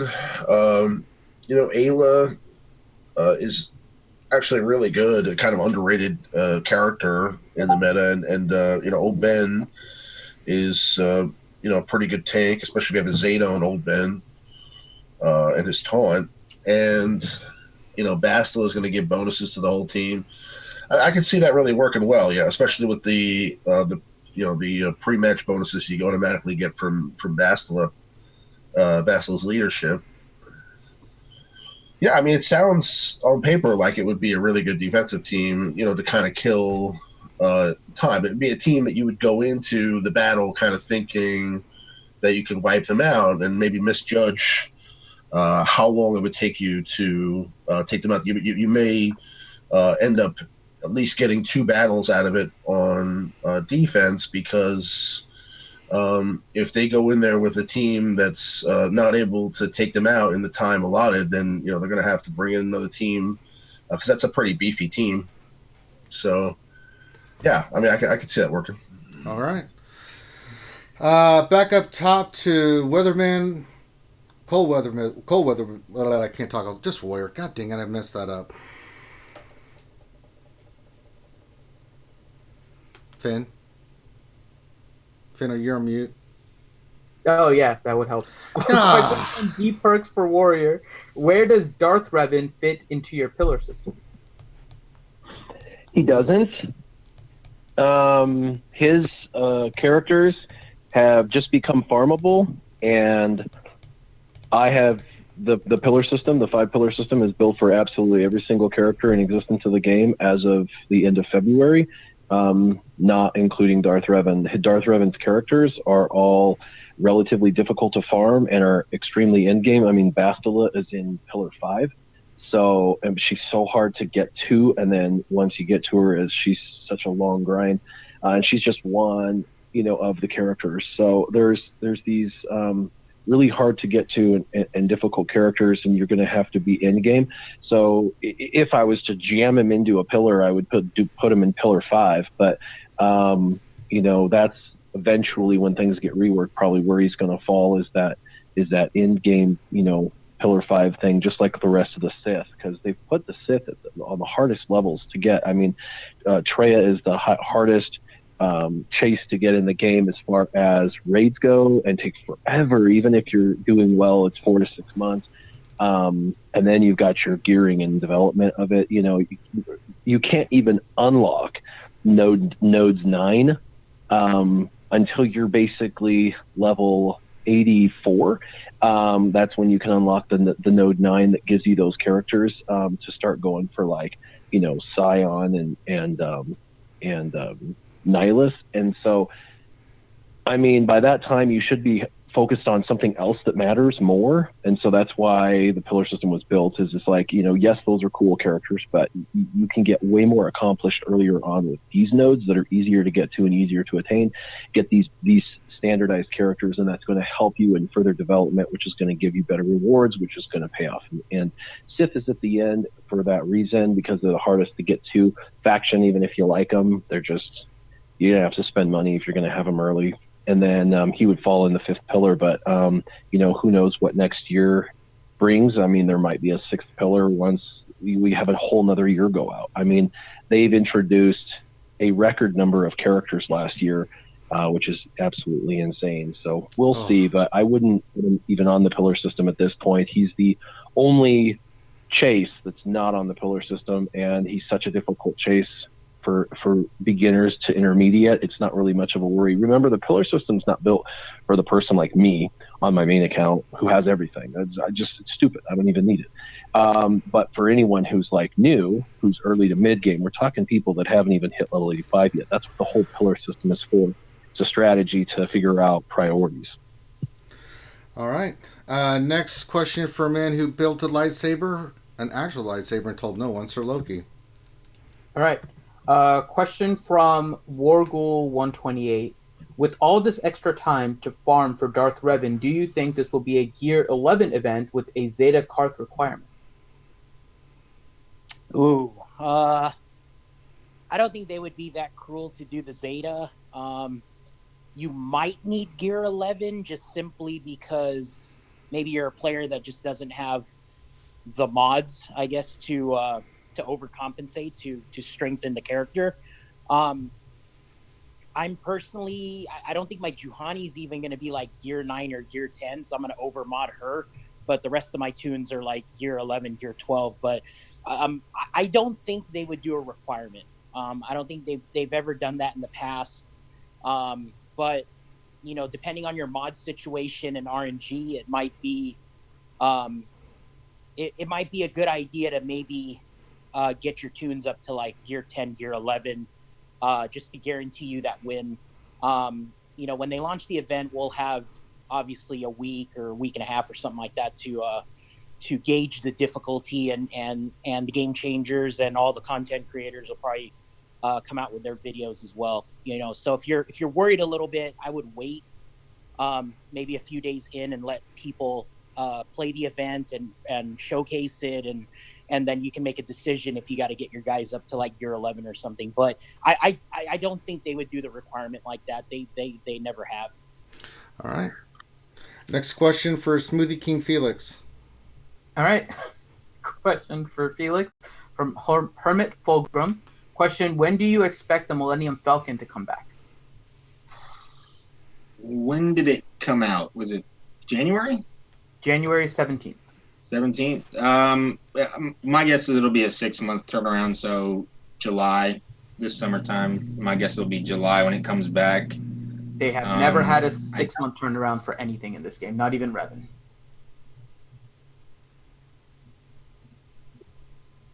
What was that, Finn? Sorry, my internet was being terrible. They have never had a 6-month turnaround for pretty much anything in this game. We've said it. We've thought that like sometimes their long-term thing has been like 6 months, but really the most they've ever done is like 4 months. And this is basically like a legendary, right? Which has been on a 3 to 4 month cadence. They've been on 4 months? Maybe I'm just thinking of the two old. The first. I just remember the first time. Longer to us, but yeah, when you look back at the dates and stuff, it's always been about 3 to 4 months. No, well there you go. Then May. I don't know why. I guess I don't know. Probably think of the old Palpatine when it was a year or whatever it was. Then this summertime, May, it's should be enough time to get all your bounty hunters up free to play. The ships, that is.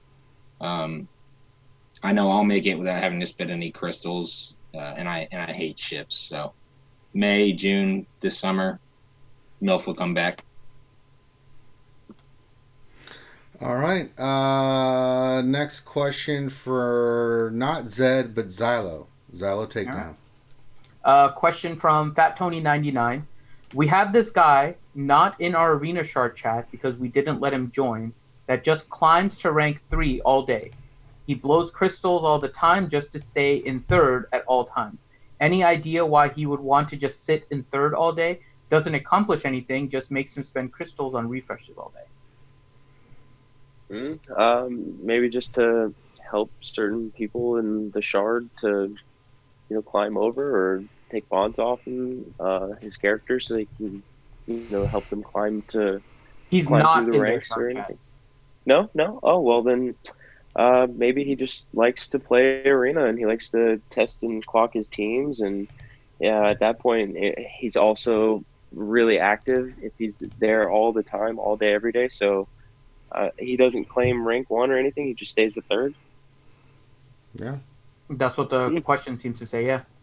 Well, maybe at that point, it's definitely the top 5 players you're always facing from, rank 1, rank 2, 4, and 5, and the majority of the time, maybe he just likes playing as much as he can. So, yeah, I mean, there are people like that that'll just sit in arena and play all day long.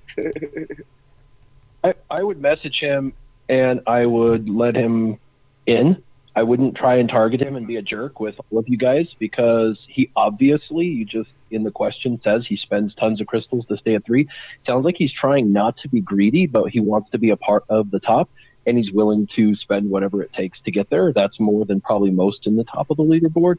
Willing to spend more than most. That's why you guys are in a shard chat, because you guys don't want to have to spend those excess crystals, and he doesn't care, which makes him super dangerous. Because you piss him off, he'll start targeting all of you and bumping your payouts once he realizes what your payouts are, and that'll be your fault for picking on him.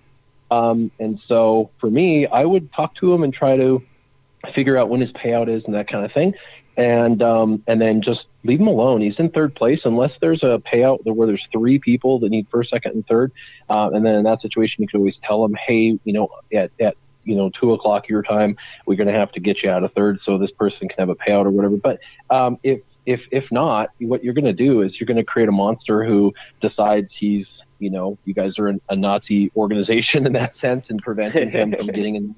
And he's just going to keep spending money and keep spending crystals, and he's going to start figuring out when your payouts are, because he'll figure out who's hitting him when, and he'll just start sniping y'all, and it'll become a nightmare, and it'll be your guys' own fault. It'll backfire. It'll be the shard chat backfiring on you guys. So I would definitely get him in the communication circle just to try to figure things out. I have a guy like that, and his name was Harunalump, and him and I are now friends. Because I reached out to him, spoke to him, and found out that he doesn't care. He'll spend $1,000 just on arena if he needs to beat us. But he wants to be in the top 5 at all times. That's just his little thing. Kind of an unfair ask, because there's so many people trying to vie for those top 5 spots, but it's his right. It's his game. He gets to do it however he wants. So basically he sits in the 4th slot, and if somebody can bump him, great. And if they can't, they can't. But we kind of ignore him for the most part, because if he starts to feel someone's targeting him in a specific way, he'll just spend, 5 refreshes, 25 battles in one day just to continue to bump you, just to piss you off, because he can. So it can turn and backfire. Be careful. Yeah, I totally agree. I mean, just getting somebody like that into, your group, and, helping, everybody wins in that point, right? So you just want to be, fair and contribute to everybody, and make sure that he's happy too as well, and everybody wins in that aspect. All right. Next question for someone who had that dinner and supper are separate meals, Mike Hunt.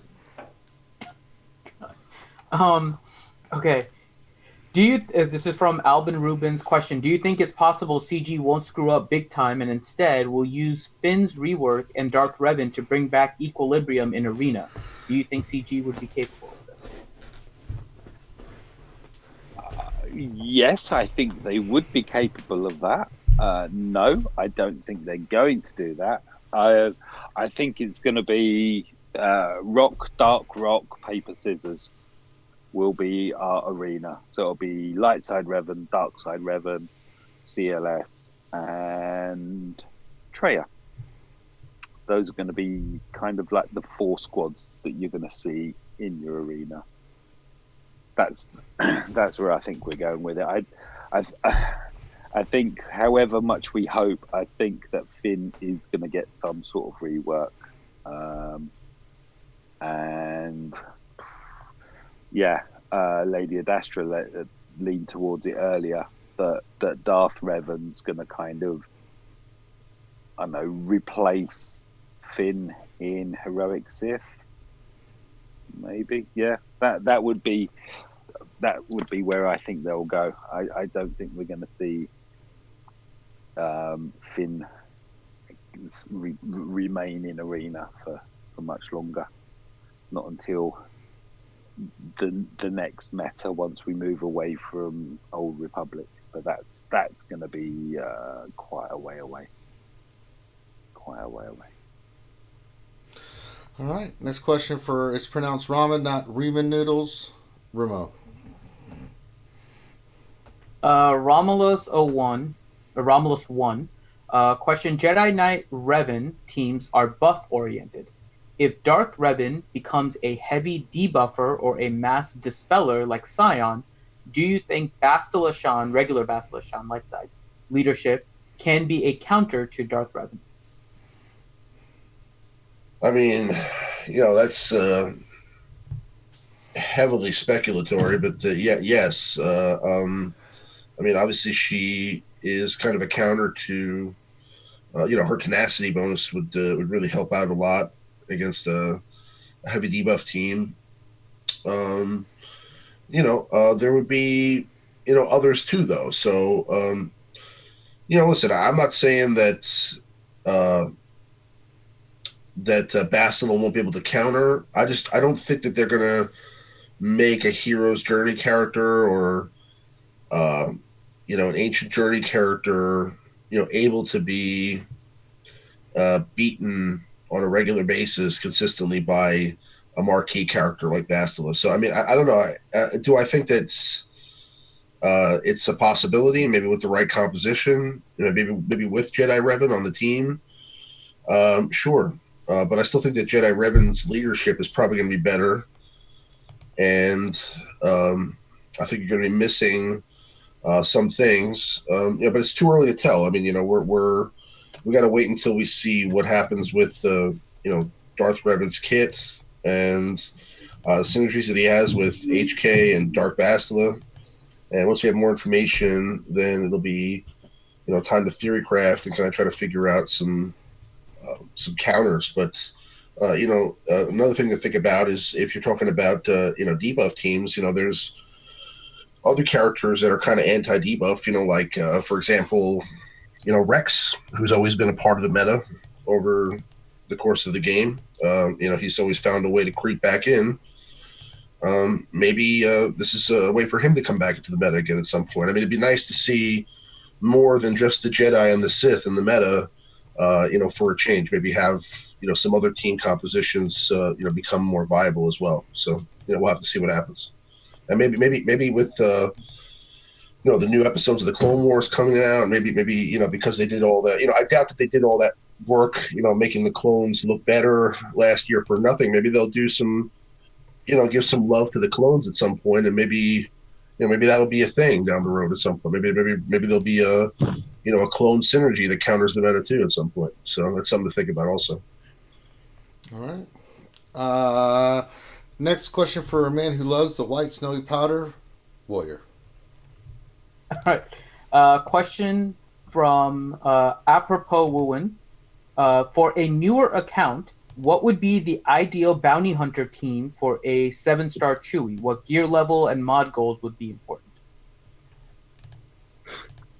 Well, the gear level, almost always should be at the end game, gear 11 minimum, especially because bounty hunters are going to be used as crew members, and they have to be a gear 11 to be maxed crew members.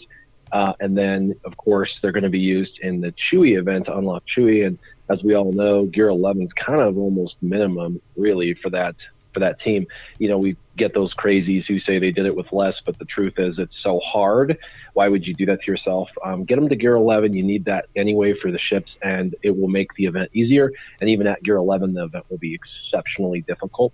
But as far as the team, Boba Fett is easy to access, has a ship, and so I would get him up lightning fast. Greedo is easy to get right off the bat. And we're talking early to mid-game is what he said. Greedo also has a factor of RNG on his basic, 50% chance to shoot again. Could literally go infinitely. They've confirmed that if the 50% keeps ticking, he could keep shooting. I've personally seen my Greedo shoot 8-9 times in a row. And if you can get that kind of RNG, then you can do some very impressive damage. He can literally take a character completely out by himself on one turn through RNG. So that's not often, but it's definitely a thing in your favor. And so I would definitely have him. Cad Bane is super easy to get. He's the second character I suggest in the Galactic War Store, and he has a ship. You're going to be required to have that ship and Boba Fett's ship for the Han's Millennium Falcon. So those are the first 3, and you can get all of those in Pillar 1, which I am doing, and I'm almost complete with those 3 characters. They're all 5 to 7 stars right now. And then Dengar, is the second character I suggest in the guild store, so he's in Pillar 2.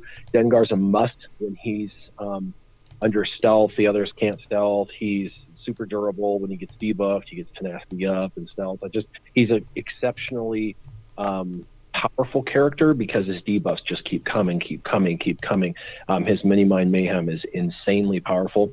So I would definitely recommend him as your fourth. And then as the fifth, you have to have Bosk. Really, you need his ship, but you also need him as a leader.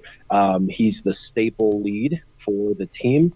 And then as a sixth, I would actually do Jango Fett, because you're going to get Jango Fett anyway when you're getting Bosk's ship. They're on the same node. And then with the six, you can divide up 3 and 3 when you're doing 3 versus 3 Grand Arena. And when you're doing the event, you can drop Jango Fett, or you can put in Jango Fett instead of Dengar, or not Dengar, but Greedo. So you've got a lot of viability. So I would do those 6. The 4 that you need to farm that are really easy is Boba Fett, Greedo, Cad Bane, and Dengar. The only thing that's difficult in this group is, aside from gear, is going to be, Bosk. Bosk is sadly exceptionally difficult to get to, and so I have him in Pillar 4 on the dark side nodes. But the moment you are able to unlock his node, which will probably be level, I think, 83 or 84, you should start grinding that node out with some of your extra energy and just steady wins the race. Eventually you'll get him 7 stars, and eventually you'll have him. But he's definitely difficult to A, get to, and then B, grind out. He's a long farm. All right. Next question for Sir Loki. Loki had to leave. So. All right. So Loki left. Great. All right. Next is King of Hearts, Felix. Give him a question. We have 3 questions left before the fun question. So all right, let's knock them out. Yep. So for Felix, Max Dog, for Territory Wars, what gear level should I take my Clone Troopers and my Geonosians to? I have most of them at Gear 8. Well, so you're talking about for the bonuses, and hopefully they stop doing these crazy bonuses, make them just a little bit less insane. But Gear 9 is doable, but if you're going to make the commitment, you might as well go all the way to Gear 11. Seeing as how you don't have your clones up that high, I'm guessing you're fairly new to the game, because anyone who's around for the beginning of Hat has their clones at Gear 11 already. But with their crazy bonuses, Gear 10 is fine, and just kind of pay attention to their bonuses and mod accordingly. But you don't need to go to Gear 12 unless your main focus is Territory Wars, and you're going to count on them using these same bonuses over and over, because you never know. The next time they do bonuses, it might be a completely different factions, and then you're going to be out of luck. So don't go overboard unless you're going to plan on, if you're using the Geos in Fleet 2, for their ships, they're a solid gear, and you're not going to really regret that. But the clones really have no other purpose other than the Territory War bonuses, minus Rex. All right, Xylo's next question. Mike? Did you have something? All I was going to say is that surely 3 of his Geos are going to be fairly high geared already, because they're crew, and they're good crew. I mean, the Geos in ships are still a very viable fleet. So I would, out of all of those, you're saying clones and Geos, focus on your 5 crew members. Your Rex should be geared already. 5s is a great character still, and his ship's very, very viable. And the 3 Geos, that would be. Oh, and you've got Clone Sarge as well. So it's win-win. Just do the crew members ones. That should stand you in good stead. Sorry, that was my 2 penneth. All right. Next question for Xylo. Question from Rayrock. With Geo Soldier, Spy, and Sunfac all having ships, how likely is it that CG will give Poggle a ship if a Sith capital ship is not coming? Yeah. Well, first off, hey Rayrock, and second, I don't see them giving Poggle a ship, unfortunately. I mean, like, maybe stretching out the Geo faction with more Clone Wars content down the road is possible, but I wouldn't see them giving them a ship, unfortunately, just because they already have the synergy with the Geos and the trio with, you know, ever since them reworking ships and making it a 3v3 instead of 5v5, they just created that synergy with the Geos, and they're already, again, like Mike said, a really valuable ship. If you don't have the Millennium Falcon, it's still a climbable team, and you know, it's great for Grand Arena Territory Wars too as well. Having like a second or a third team to go in on offense with too as well. So overall, again, no on the ship, but I'm not opposed to seeing any more extra ships. I like the content and would like to see, again, like we were referencing, more with the raids and seeing more ships come to the game. I'm not opposed to it. All right. Last question before fun questions. To Michael W. Hunt. There we go. Ziglet question: which team would be better to work on, the new bounty hunters or First Order for Grand Arena and Territory Wars? Ooh. Oh, I'm torn on that. Tough choice. Yeah, I think you can go either way and still be good. Yeah, I'm just thinking. Ooh, because they're both required in other areas as well, aren't they? Well, he said the new First Order, right? So if you had the old bounty hunters, because I'm assuming he's talking about Django, Aura Singh, Embo, like those ones, not the other ones. You see, I don't utilize Django as much as I should. I'm a really big Aura Singh fan, though. She's my second lead, so I'll run a Bosk lead. Ideally, though, my ultimate squad would be an Aura lead with a mixture of Dengar and Boba with Bosk as the tank, and then you've got 4 stealthed attackers and an uber fast, brilliant tank in Bosk, kind of safeguarding them all in that. But them over First Order. Oh, I think as much as I like, and I do like bounty hunters, I think I would actually do the First Order over the new bounty hunters. All right. Yeah. I think I would still go that route, and part of that is ships. Although Bosk has a ship and Boba does, and I know IG-88 does, but let's face it, who is using the IG-2000? Not even me, and I push my luck with ships sometimes. So yeah.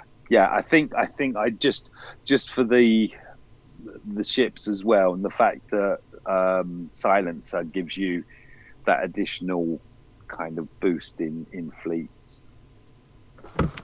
Okay.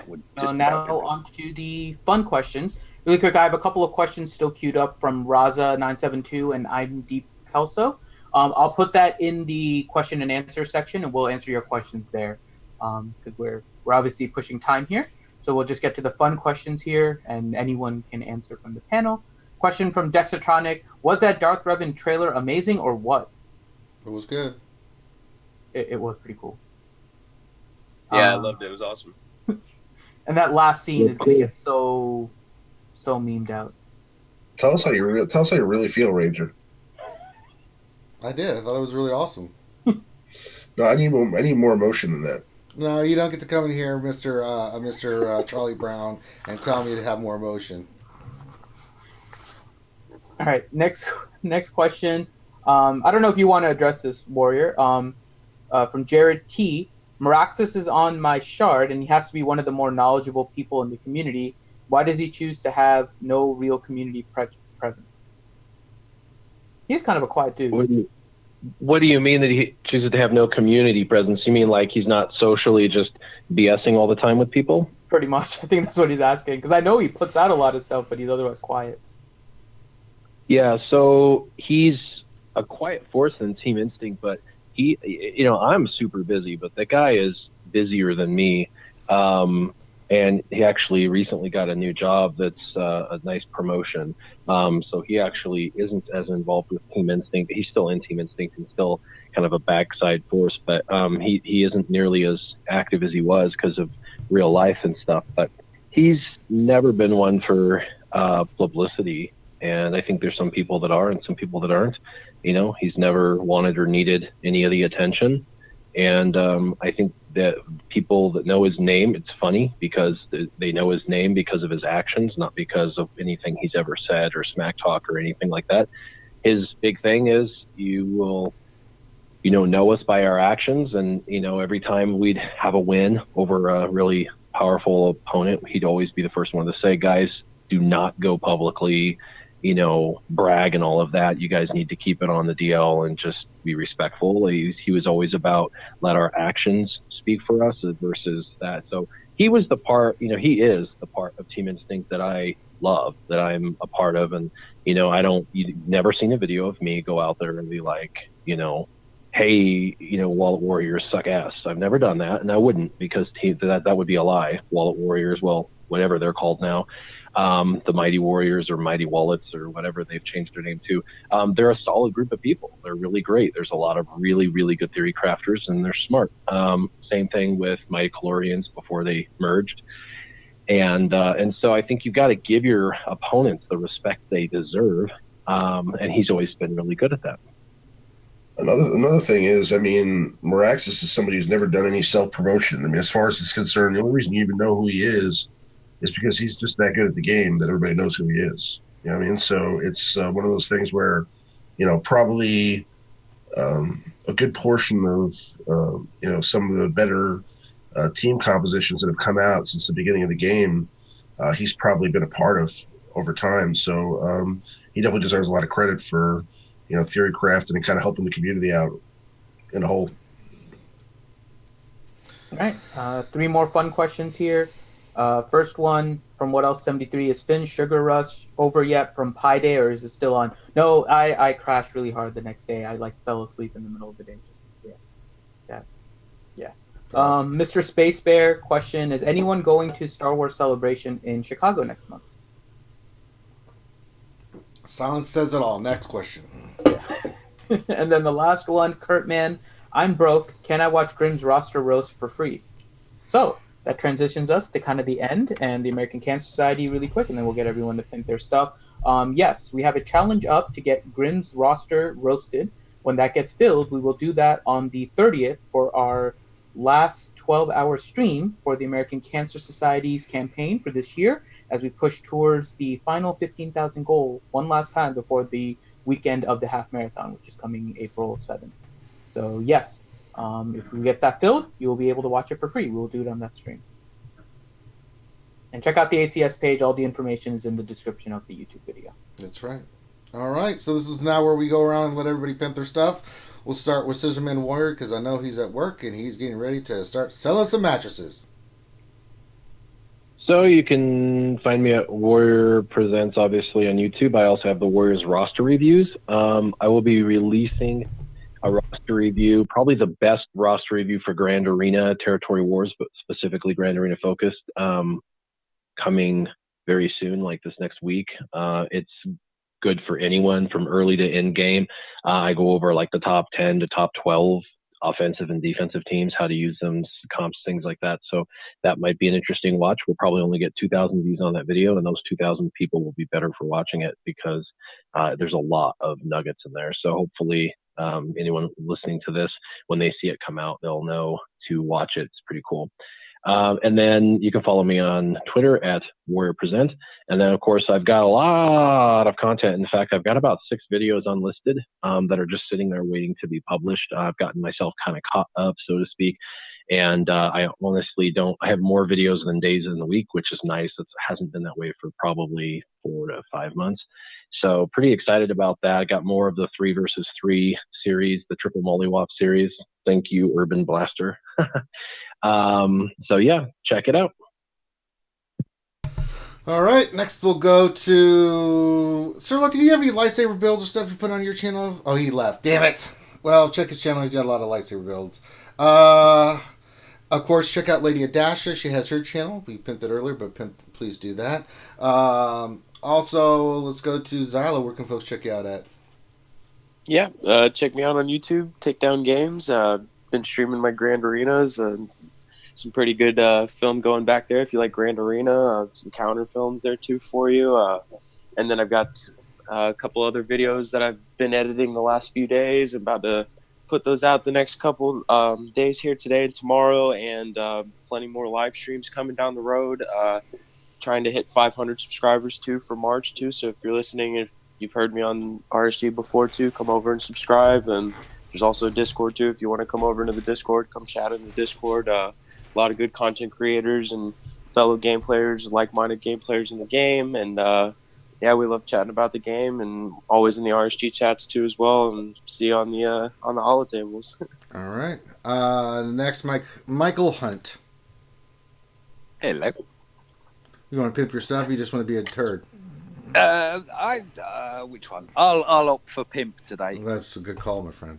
Yeah, I'll be turd Monday to Friday and pimp today. So, yeah, I've been.